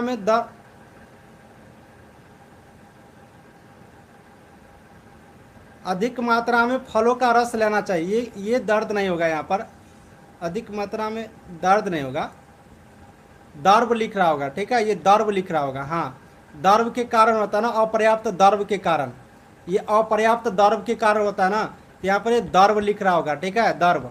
तो अपर्याप्त दर्व और फल का रस लेने से आपको यहाँ पर दर्व होगा। हाँ, ये अपर्याप्त दर्व और फलों का रस लेने से आपको यहाँ पर कब्ज रुक सकते हैं। मिल्क ऑफ मैग्नीशिया 1 चम्मच दिन में 3 बार देने से आपको यहाँ पर आराम मिल सकते हैं, ठीक है, आपको यहाँ पर आराम मिल सकते हैं। इसके साथ ही अगर आप लोग बात करते हैं, तो इसको रोकने के लिए दवा का भी आप लोग प्रयोग कर सकते हैं। इसको रोकने के लिए आप लोग क्या कर सकते हैं, दवा भी हम लोग खा सकते हैं। बच्चों में लिक्विड पैराफिन नहीं देने से भी, बच्चों में लिक्विड पैराफिन होता है, ये नहीं देना चाहिए, इससे भी यहाँ पर कब्ज हो जाते हैं। इसके बाद यहाँ पर लैक्टिव एक दवाई आता है, ये भी यहाँ पर देना चाहिए। इन सब चीज़ों से क्या होती है, कब्ज यहाँ पर हम लोग का रोकथाम हो जाते हैं, ठीक है ना। तो बस आप लोग को याद रखनी चाहिए कि कब्ज भी पाचन तंत्र की एक समस्या होती है। कब्ज में आप लोग समझिए इसको कैसे कैसे हम लोग रोकथाम करेंगे, ठीक है ना। तो ये है कब्ज वाले सिस्टम। कब्ज का इलाज आप लोग को जल्दी से जल्दी करा लेनी चाहिए, ठीक है। अगला हम लोग पढ़ते हैं बवासीर के बारे में, ठीक है। बवासीर भी एक पाचन तंत्र की समस्या है। ये जो बवासीर है, ये बवासीर भी क्या है, मत्स्य भी इसे कहता है, बवासीर को मत्स्य भी बोला जाता है, ठीक है। इस मत्स्य या फिर बवासीर के बारे में समझते हैं। देखिए अब यहाँ पर थोड़ा सा समझो, अब बवासीर क्या होते हैं इनके बारे में थोड़ा सा समझो, बहुत कोई समझ भी रही होगी। अब देखो बवासीर क्या होते हैं, एक बार बताओ तो कमेंट करके, बवासीर के बारे में आप लोग समझती हो या नहीं। बवासीर के बारे में आप लोग एक बार बताओ, बवासीर के बारे में कितने को मालूम है, बताओ एक बार।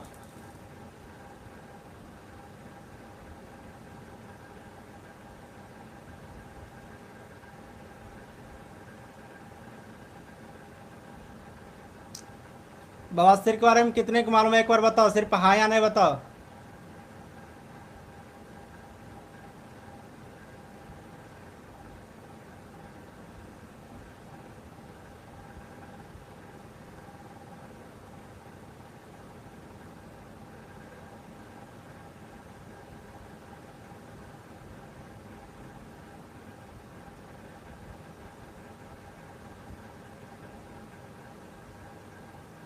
हाँ हाँ, मल से ब्लड आना, मल से ब्लड भी आता है, नहीं मालूम, कोई बात नहीं, जिनको नहीं मालूम है कोई बात नहीं।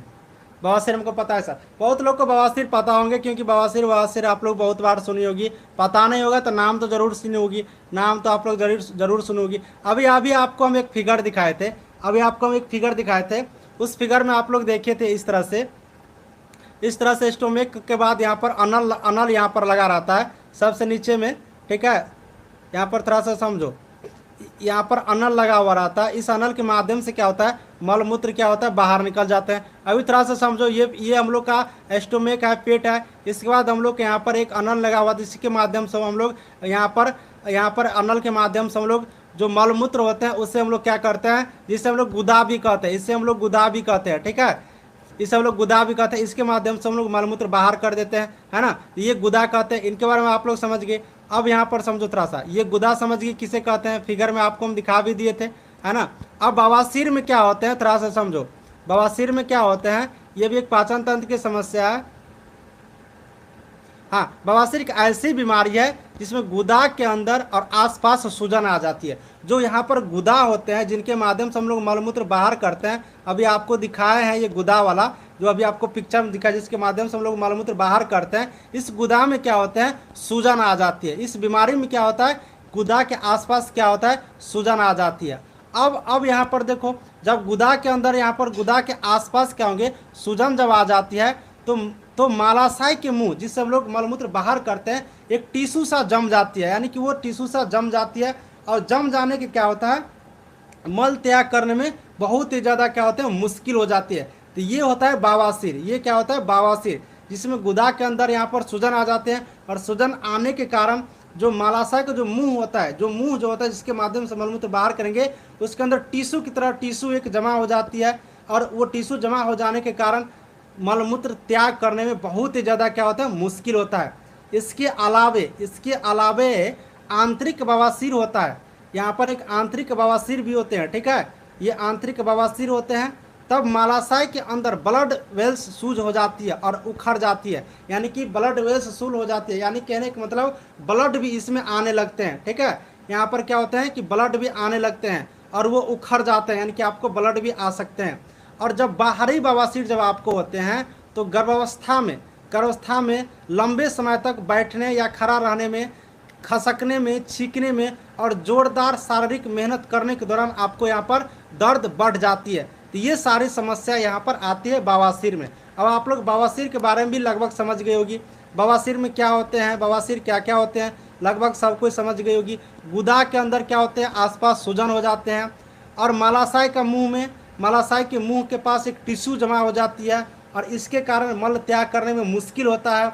आंतरिक बवासीर जब होता है तो अंदर की ब्लड वेल्स सूज हो जाती है, यानी कि एकदम ब्लड आने की यहाँ पर शुरू हो जाते हैं। अगर बाहरी बवासीर होते हैं तो गर्भावस्था में आपको दर्द होंगे, लंबे समय तक आपको खड़ा होने में, आपको यहाँ पर खड़ा होने में, बैठने में, उसके बाद आपको छींकने में, उसके बाद आपको कोई शारीरिक रूप से जब काम करते हैं, शारीरिक से जब आप लोग मेहनत करते हैं, इस कार्य करने में आपको इन सब चीज़ को क्रिया करने में आपके यहाँ पर दर्द यहाँ पर क्या होते हैं, बढ़ जाते हैं। इसी को हम लोग कहते हैं बवासीर। इसी को हम लोग क्या कहते हैं, बवासीर कहते हैं, ठीक है। हाँ, बवासीर दो प्रकार के होते हैं, बाहरी आंतरिक, ठीक है, वो आपको हम और भी बताएंगे। पहले ये समझ लो। तो आप बताओ बवासीर में क्या क्या प्रॉब्लम होते हैं, बवासीर किसको कहते हैं, सभी को समझ में आया क्या।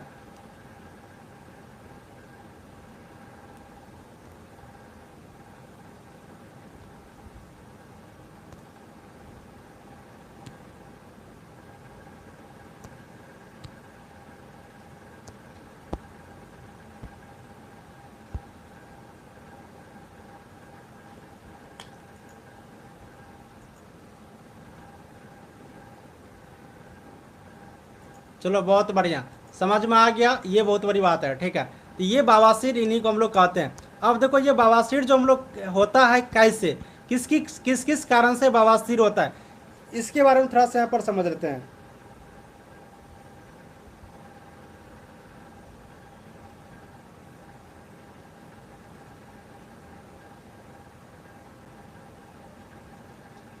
अब थोड़ा सा समझो बवासीर होता है कैसे कैसे, किस किस कारण से बवासीर होते हैं, इनके कारण थोड़ा सा समझ लो। देखो, इनका बहुत सारा कारण है, हम इम्पोर्टेंट कारण आपको बता देते हैं। अब देखो, हम इम्पोर्टेंट कारण आपको बता देते हैं, ठीक है, थोड़ा सा समझ लो इनका कारण, थोड़ा सा समझ लो, इम्पोर्टेंट कारण बता देते हैं। देखो, गर्भाशय का इम्पोर्टेंट कारण, गर्भावस्था के कारण भी, प्रेगनेंसी के कारण भी आपको यहाँ पर बवासीर हो जाते हैं, ठीक है। और ये प्रेगनेंसी यानी कि गर्भावस्था के कारण कैसे बवासीर हो जाते हैं, तो जब आप गर्भावस्था की स्थिति में होती है, महिलाएं जब गर्भावस्था की स्थिति में होते हैं, तो दरअसल क्या होता है कि प्रेगनेंसी के दौरान गर्भाशय फैलता है, ये तो सबको पता होगा। अब जब ये प्रेगनेंसी के दौरान गर्भाशय फैलते हैं तो इस कारण कोलन में वेन पर दबाव पड़ता है। इससे क्या होता है, ये सूज जाता है। इससे क्या होता है, ये सूज जाता है, जिसके कारण क्या होता है, बवासीर हम लोग को हो जाते हैं। तो गर्भावस्था के स्थिति में भी हम लोग को अच्छे से रहना चाहिए। इसके कारण भी क्या होते हैं, बवासीर हो जाते हैं, क्योंकि प्रेगनेंसी के दौरान क्या होता है, गर्भाशय फैलते हैं। प्रेगनेंसी के दौरान गर्भाशय फैलते हैं और इसके कारण कोलन में वेन पर क्या होता है, कोलन वेन पर दबाव पड़ने से सूज जाती है और जैसे ये सूजते हैं तो बवासीर यहाँ पर हो जाते हैं। तो गर्भावस्था याद रखेंगे, गर्भावस्था हेडलाइनिंग याद रखेंगे, इसके कारण बवासीर होते हैं। आपके क्वेश्चंस में रहेंगे बवासीर किसके कारण होते हैं, अगर गर्भावस्था ऑप्शन में रहते हैं तो आप लोग आराम से यहाँ पर टिक लगाएंगे। ठीक है, इसके बाद दूसरा यहाँ पर देख लीजिए, दूसरा यहाँ पर देख लीजिए। दूसरा अगर आप लोग यहाँ पर देखोगी तो बुढ़ापा, दूसरा याद रखेंगे बुढ़ापा। बुढ़ापा आने पर भी आपको यहाँ पर बवासीर होते हैं। अब देखो बुढ़ापा आने पर भी क्या होता है, आपको यहाँ पर बवासीर होते हैं। अब बुढ़ापा में क्या होते हैं, जब आपकी एज 45 से 65 वर्ष के हो जाते हैं तो इस स्थिति में क्या होते हैं, इस स्थिति में क्या होते हैं कि बुढ़ापे में बवासीर से रक्षा करने वाले एक टिश्यू होते हैं। हमारे बॉडी में बवासीर को रक्षा करने के लिए एक टिश्यू होते हैं। ये टिश्यू क्या होते हैं, खत्म हो जाते हैं। अब जब ये टिश्यू खत्म हो जाते हैं, इस एज तक आते आते, इस एज तक 45 से 65 वर्ष के उम्र के बीच आते आते बवासीर से जो रक्षा करने वाले है ना, बवासीर से रक्षा करने वाले जो टिश्यू होते हैं ये क्या होते हैं, खत्म हो जाते हैं। जब ये खत्म हो जाते हैं तो हमारे बॉडी में क्या होते हैं, बवासीर उभरने लगते हैं। तो बुढ़ापे की स्थिति में भी क्या होते हैं, बवासीर यहाँ पर आते हैं। उसके बाद यहाँ पर हम लोग बात करते हैं अगला चीज़, जो बवासीर आते हैं वो दस्त के कारण। अगला क्या होता है, दस्त के कारण। दस्त के कारण भी बवासीर आते हैं। अगर दस्त बार बार लगातार दस्त आती है तो इसके कारण भी आपको क्या होते हैं, बवासीर यहाँ पर आ जाते हैं। तो इसको भी हम लोग को इलाज करा करके बढ़िया से रहना चाहिए। बार बार दस्त आने के कारण भी क्या होते हैं, बवासीर यहाँ पर हो जाते हैं। उसके बाद पुरानी कब्ज, अगर आपके शरीर में कब्ज बहुत ही पुरानी है, बहुत ही पुरानी है, यानी कि कब्ज बहुत पुरानी है, मल त्याग करने में बहुत ही ज़्यादा कठिनाइयाँ हो रही है और ये बहुत दिनों से हो रही है। अगर बहुत पुरानी कब्ज कहने का मतलब, अगर आपको कब्जियत मतलब लेटरिन करने में, बाथरूम करने में बहुत ही ज़्यादा दिक्कत आ रही पहले से अगर आपको है, मल त्याग करने में बहुत ही ज़्यादा जोर लगाना पड़ता है, तो इसमें क्या होता है, नस दब जाता है। जब मल त्यागने में बहुत ही ज़्यादा जोर लगानी पड़ती है, यानी कि पुराने कब्ज की स्थिति में, तो इस स्थिति में नस क्या होते हैं, दब जाते हैं और नस दबने के कारण भी आपको बवासीर हो सकते हैं। तो पुरानी कब्ज के कारण भी मल त्याग करने में दिक्कतें होती है और इसके कारण नस दब जाते हैं और जब नस दबते हैं तो आपको बवासीर हो जाते हैं। तो ये पुरानी कब्ज भी एक इसका कारण है। अगला कारण देखेंगे तो बैठने का जोखिम। बैठने का जोखिम अगर आप लोग को होता है तो इस स्थिति में भी क्या होता है, इस स्थिति में क्या होता है, आपका बवासीर हो जाएंगे। देखिए लंबे समय तक एक ही स्थिति में बैठे रहने से बवासीर की शिकायत हो सकते हैं। ठीक है, अगर आप एक ही स्थिति में लंबे समय तक बार बार बैठते रहते हैं तो आपको इस स्थिति में आपको क्या होंगे, बवासीर हो जाएंगे। ठीक है, ये चीज़ आप लोग के यहाँ पर ध्यान रखना होगा। देखिए अगर आपको मैं एक अच्छा सा एग्जाम्पल देता हूँ, अच्छा से मैं आपको एक एग्जाम्पल देता हूँ। लोग चेयर कंफर्टेबल क्यों लेता है, लोग चेयर कंफर्टेबल क्यों लेता है, क्यों, क्योंकि वो आराम से बैठ सके, उसका बॉडी का थोड़ा सा एक्सरसाइज हो सके। अगर आप एक ही स्थिति में बढ़िया से सब दिन बैठी रहोगी तो आपको बवासीर हो जाएंगे, इसलिए चेयर लोग कंफर्टेबल लेते हैं। ठीक है, जैसे कि कुछ समस्या इस तरह से भी उत्पन्न होते हैं, जैसे ड्राइविंग करते हुए, सिलाई करते हुए, आईटी पेशे वाले लोग के साथ। आईटी पेशे कहने का मतलब जो हमेशा कंप्यूटर चलाते रहते हैं, जो इंफॉर्मेशन टेक्नोलॉजी के क्षेत्र में होते हैं, इस संबंधित जो जितने भी लोग होते हैं। अब जो ड्राइविंग करने वाले हैं, अब वो एक ही पोजीशन में हमेशा ड्राइविंग कर रहे हैं, गाड़ी चला रहे हैं। जो सिलाई करने वाले एक ही पोजीशन में हमेशा एकदम कटर सिलाई कर रही है।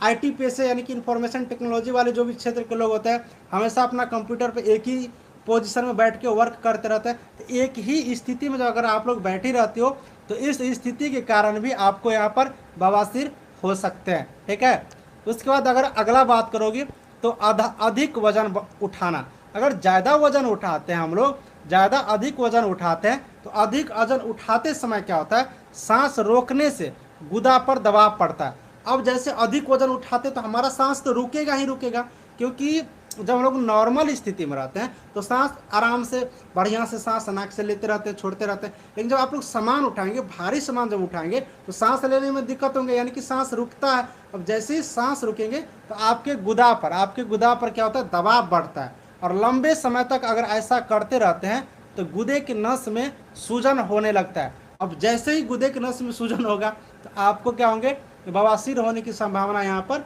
बढ़ जाएंगे। ये अधिक वजन उठाने से सांस रुकते हैं और बार बार ऐसा प्रक्रिया होते हैं तो आपके गुदा में सूजन हो जाते हैं और इसके कारण बवासीर होने की चांसेज बढ़ जाते हैं।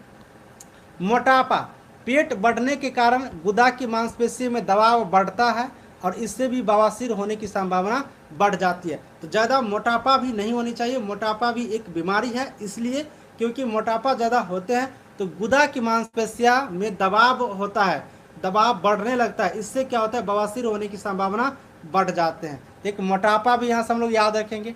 अगर हम लोग अगला बात करेंगे तो जेनेटिक कारण भी होता है। जेनेटिक कारण भी होता है।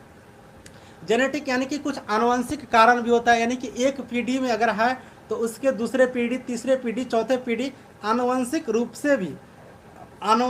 से भी आपको यहाँ पर बवासीर हो सकते हैं। तो ये टोटल का टोटल हमने आपको 8 कारण बताया हूँ बवासीर होने का। क्या सभी को बवासीर के कारण जो मैंने बताया हूँ, मोटापा, भारी वजन नहीं उठाना, आनुवंशिक, और एक ही पोजीशन में बैठना, गर्भावस्था, इन सब चीज़ के बारे में अभी हमने आपको बताया हूँ। सभी को समझ में आया तो बताओ, अगर जो टॉपिक नहीं समझ में आया वो टॉपिक भी बताओ।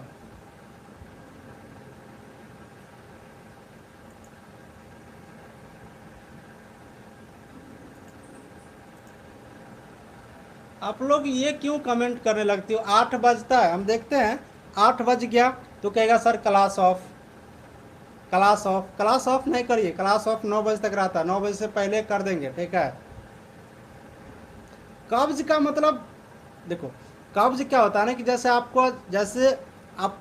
खाना खाए तो अगर आपको यहाँ पर बाथरूम टाइम पे नहीं होता तो आपके पेट में कब्ज हो जाता है, वो मल मूत्र आपके पेट में जमा हो जाते हैं, है ना, जिससे आपको मल त्यागने में दिक्कतें उत्पन्न होने लगती है। उसी को हम लोग कब्ज कहते हैं, दस्त कहते हैं।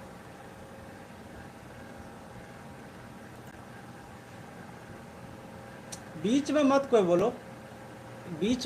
बोलो, ठीक है, कि क्लास को ऑफ करिए, ये मत कोई बोलो। मैं थक जाऊंगा, क्लास ऑफ कर दूंगा। आनुवांशिक मतलब एक पीढ़ी से दूसरे पीढ़ी, ठीक है। जैसे मान लो किसी के दादा के हैं तो वो चीज़ उनके पिता में आ गए, उनके पोता में गए, उसके में, हाँ, तो ये होता है आनुवंशिक, यानी कि एक पीढ़ी से दूसरे पीढ़ी, तीसरे पीढ़ी में चलते रहना।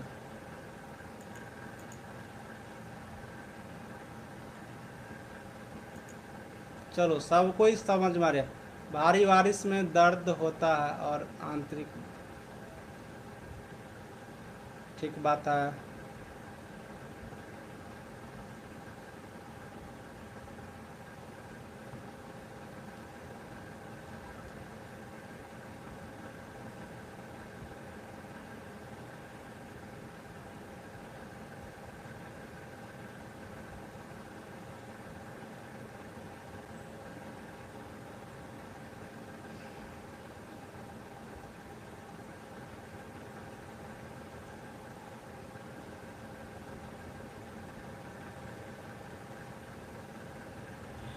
अत्यनिल करे कि हमें भी क्लियर कर दीजिए।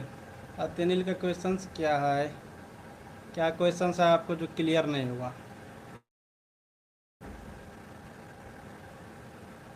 कोलन क्या, ये क्वेश्चन है क्या, ये कोलन क्या, ये कमेंट किया है।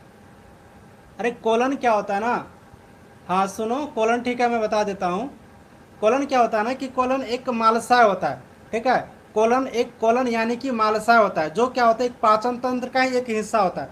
जब हम आपको पढ़ाएंगे ना पाचन तंत्र तो बढ़िया से बताएंगे।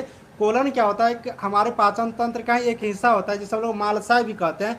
इसमें क्या होता है, जब हम लोग भोजन ग्रहण करते हैं ना, तो ये लिक्विड फॉर्म में हो जाते हैं, और लिक्विड फॉर्म में हार्ड मटेरियल को ये अलग कर देते हैं, ठीक है। लिक्विड फॉर्म में ये हार्ड मटेरियल को अलग कर देते हैं, इसी को लोग कोलन कहते हैं। कोलन यानी कि मालशय, जिसमें हम लोग, ये पाचन तंत्र का एक पार्ट है। इसमें क्या होता है, जब हम लोग भोजन ग्रहण करते हैं तो हमारे भोजन को पाचन के बाद ये क्या करते हैं, लिक्विड और हार्ड मटेरियल को अलग करते हैं। जो लिक्विड मटेरियल उसको लिक्विड फॉर्म में करके, और जो हार्ड मटेरियल उसको अलग करते हैं, इसी को कहा जाता है कोलन। समझ में आ गया कोलन? सर कोलन, कोलन तो अभी बताया हो ना।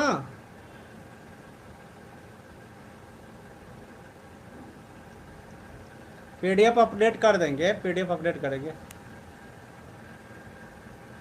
कोलन क्लियर हो गया?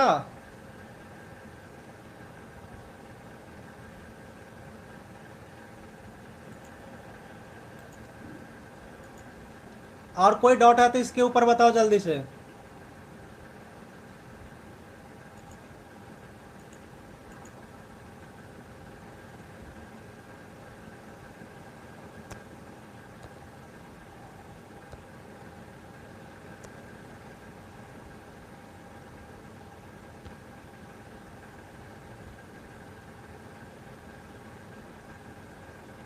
चलो बहुत बढ़िया, चलो बहुत बढ़िया, ठीक है, बहुत बढ़िया। अब थोड़ा सा समझो इनका उपचार कैसे करेंगे, अब इनका उपचार कैसे करेंगे।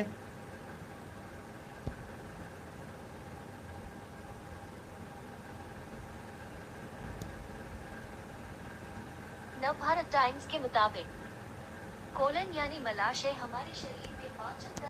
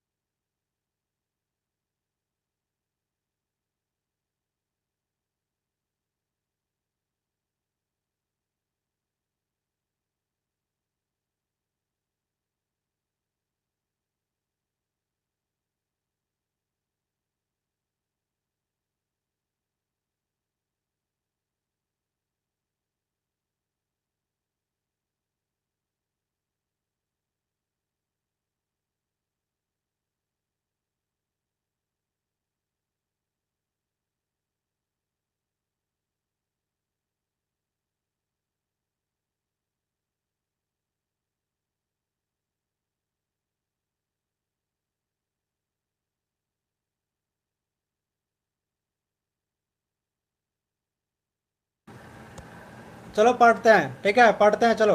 अब हम लोग थोड़ा सा यहाँ पर हम लोग ये देखते हैं कि इनका उपचार कैसे करते हैं, ठीक है, इनका उपचार कैसे करते हैं। तो इनका उपचार हम लोग दो तरह से कर सकते हैं, एक नॉन सर्जिकल तरीके से, ठीक है, एक नॉन सर्जिकल तरीके से इनका उपचार कर सकते हैं। चलो सुनो, आवाज़ जाएगा। अब एक नॉन सर्जिकल तरीके से उपचार करते हैं, एक सर्जिकल तरीके से उपचार करते हैं। अब यहाँ पर नॉन सर्जिकल तरीके में क्या होते हैं, ठीक है, नॉन सर्जिकल तरीके में क्या होते हैं इनके बारे में थोड़ा सा समझ लो, और सर्जिकल तरीके में क्या होता है ये समझ लो।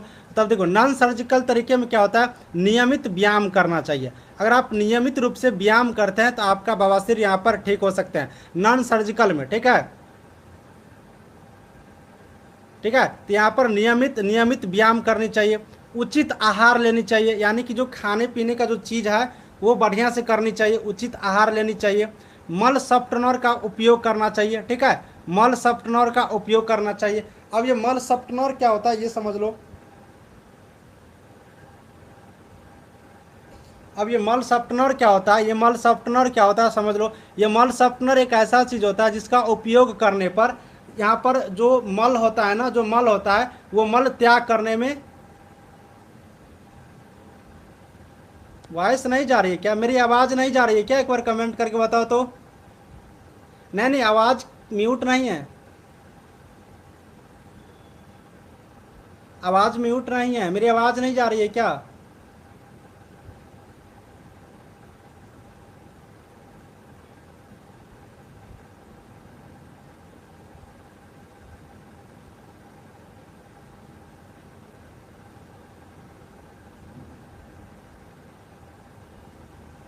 चलो, तो ये दोनों तरीका हम लोग यहाँ पर पढ़ रहे हैं, नॉन सर्जिकल और सर्जिकल। तो यहाँ पर नॉन सर्जिकल तरीके में क्या होते हैं? नॉन सर्जिकल तरीके में आपको यहाँ पर अगर व्यायाम करते हैं, ठीक है, व्यायाम करना चाहिए, उचित आहार लेनी चाहिए, खाना पीना अच्छा से करनी चाहिए, ठीक है, मल सफ्टनर का उपयोग करनी चाहिए। मल सफ्टनर का उपयोग करने से क्या होता है, आपका जो मल त्याग करने की, यानी कि आपके जो यहाँ पर लेटरिंग है ये बढ़िया से होंगे। ये मल सफ्टनर का उपयोग आप लोग कर सकते हैं। गर्म स्टीज बाथ लेनी चाहिए। गर्म स्टीज बाथ में क्या होती है कि गर्म स्टीज बाथ यानी कि गर्म पानी से स्नान करने की एक प्रक्रिया है, ठीक है, गर्म पानी से स्नान करने की प्रक्रिया है। गर्म स्टीज बाथ यानी कि स्नान करने की एक प्रक्रिया है। तो ये आप गर्म पानी से स्नान कर सकते हैं। क्रीम, आइटमेंट और स्पोस्ट्री का उपयोग करनी चाहिए। इन सब चीज़ों करने से आप नॉन सर्जिकल तरीके से बवासीर को यहाँ पर रोक सकते हैं, इनकी रोकथाम कर सकते हैं। इसके बाद अगर हम लोग बात करते हैं सर्जिकल तरीके में, तो सर्जिकल तरीके में क्या होते हैं? सर्जिकल तरीके में कि बवासीर वाली जगह को काटने के लिए स्केल पेल का उपयोग करना, यानी कि सर्जिकल तरीके से उसको ऑपरेशन करने की तरीके से। तो हम लोग जब बवासीर वाली जगह को काटते हैं, ऑपरेशन करते हैं, तो स्केल पेल का उपयोग करना चाहिए। लगातार दबाव के साथ बवासीर को धीरे से पुश करनी चाहिए, यानी कि लगातार दबाव के साथ बवासीर को धीरे धीरे उसको पुश करनी चाहिए। एक छोटी सी चीरे से बवासीर को हटाना चाहिए, यानी कि एक छोटी सी चीड़ से, जिसको हम लोग बवासीर को जो हटाते हैं, काटते हैं, वो छोटी सी चीर यहाँ पर होनी चाहिए। तो ये सर्जिकल तरीका हुआ, यानी कि एक ऑपरेशन की करके यहाँ पर जो बवासीर का हटाते हैं, उसमें ये सारी प्रक्रिया हम लोग करते हैं, है ना। यानी कि स्केल पेल का उपयोग करते हैं, बवासीर वाली जगह को काटते हैं। तो लगातार जब दबाते हैं, दबाव करते हैं, तो दबाव के साथ बवासीर को धीरे धीरे पुश करते हैं, धीरे धीरे हम लोग पुश करते हैं, यानी कि धीरे धीरे उन्हें पुश करने चाहिए। और छोटे से चीड़ से, यानी कि छोटे से चीड़ से बवासीर को हटानी चाहिए। जब बवासीर को हम लोग काटते हैं, वो छोटा सा यहाँ पर होनी चाहिए। तो ये ऑपरेशन वाले मेथड हो गया। और ऊपर में जो हम लोग बताए यहाँ पर सॉफ्टनर का, स्टीज बाथ का, उसके बाद अच्छा भोजन करके, वो सारे हो गया नॉन सर्जिकल। तो आप बवासीर को ठीक कर सकते हैं। बहुत सारे घरेलू उपाय भी है, लोग घरेलू उपाय करके भी बवासीर ठीक करते हैं। नॉर्मली क्या होता है कि बवासीर कभी कभी अपने आप भी ठीक हो जाते हैं, इसके लिए कभी कभी इलाज की जरूरत नहीं भी पड़ता है। तो ये सारे तरीके होते हैं, है ना, ये सारे तरीके होते हैं बवासीर को ठीक करने के लिए। तो आप लोग सर्जिकल, नॉन सर्जिकल तरीके को भी समझ लिए। तो अभी मैंने आपको बवासीर के बारे में सब कुछ अभी मैंने आपको बताया हूँ। बवासीर के बारे में आपको मैंने अभी सब कुछ बता दिया हूँ। सभी को समझ में आ गया क्या बवासीर के बारे में? एक बार बताओ कमेंट करके।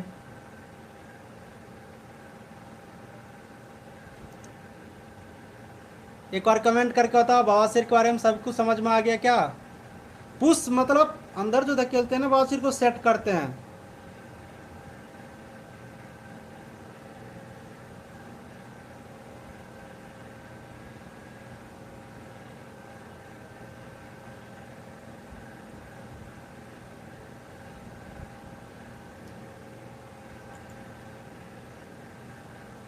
प्रतिमा कुमारी क्या कमेंट है? खाना, प्रतिमा क्लास खत्म होने के बाद हमें फ़ोन करना, ठीक है, हम आपको बता देंगे। मैसेज करना मुझे, आपको अभी तक पीडीएफ देखना नहीं आता है, मुझे फ़ोन कर लेना, ठीक है, मुझे व्हाट्सएप पर मैसेज कर देना।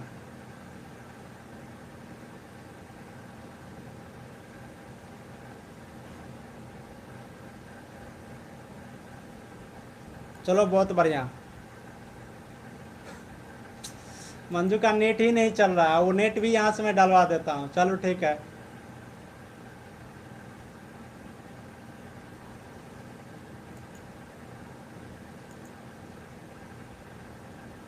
चलो बहुत बढ़िया। कोई भागोगी नहीं, एक टॉपिक और पढ़ लो, ये चैप्टर खत्म हो जाएगा।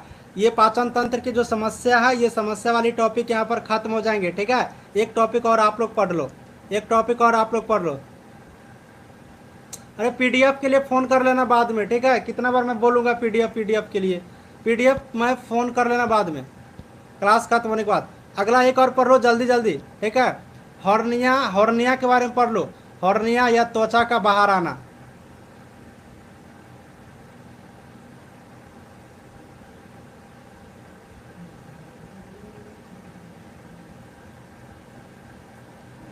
चलो समझो हॉर्निया के बारे में, ठीक है? अब देखो हॉर्निया क्या होता है। हॉर्निया, हॉर्निया ऑफ रप्चर, ठीक है?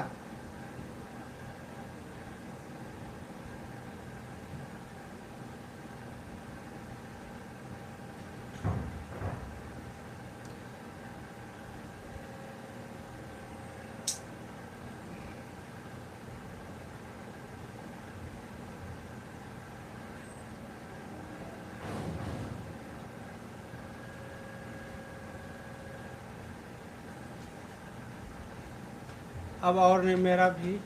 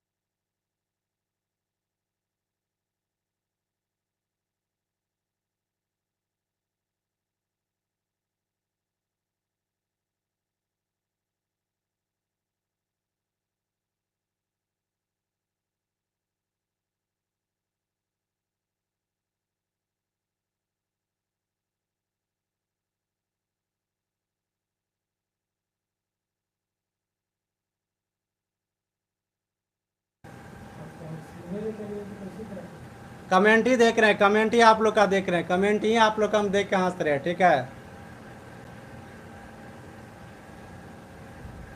स्केल पेल क्या होता है? काटने वाला होता है स्केल पेल। थोड़ा कमेंट क्या करी प्रियंका, करे कि थोड़ा कमेंट देख ले। कमेंट ही तो देख रहा हूँ, कहाँ कुछ आपका कमेंट है?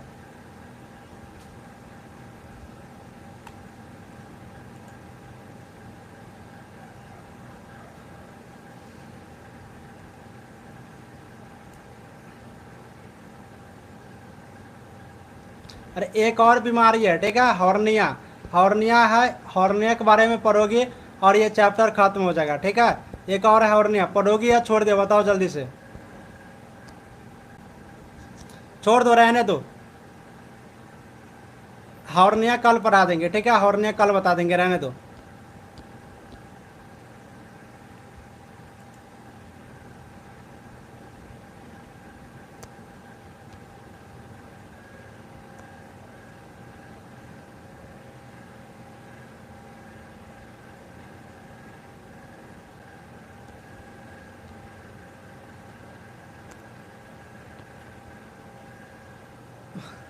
कोई और एक छोड़ दो, रहने देते हैं, ठीक है? रहने देते हैं।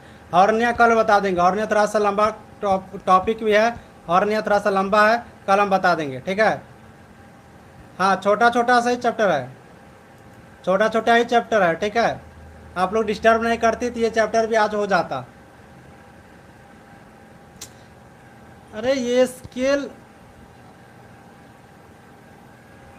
स्केल पेल के काटने वाला यंत्र होता है, ठीक है? ये काटने के लिए स्केल पेल का उपयोग करनी चाहिए। ये काटने के लिए आता है स्केल पेल, काटने वाला होता है। काटने के लिए स्केल पेल का उपयोग करनी चाहिए, काटने के लिए आता है।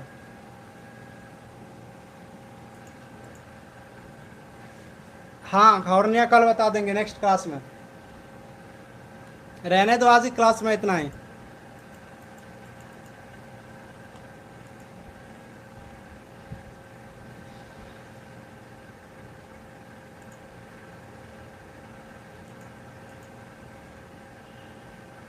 रहने दो, कल पढ़ा देंगे, ठीक है?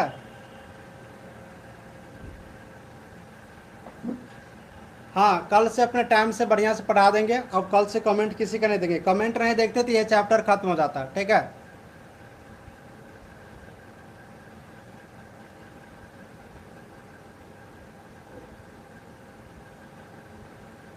चलो क्लास को खत्म करते हैं। कल हम लोग हॉर्निया खत्म करके एक नया टॉपिक क्लियर करेंगे। देखिए आप लोग का जो सिलेबस है ना, बहुत इजीली सिलेबस है, बहुत इजी सिलेबस है। और जो आप लोग पढ़ ही हो ना, पढ़ के जो पहले से आई हो ना, इसलिए आप लोग को और भी आसान लगते हैं। जो नहीं पढ़ के आए रहते हैं ना, उसको यहाँ पर ये दिक्कतें होंगे, ठीक है। और कल हम लोग यहाँ से शुरुआत करेंगे नई क्लास को। आज की क्लास को यहीं पर समाप्त करते हैं। सभी को थैंक यू।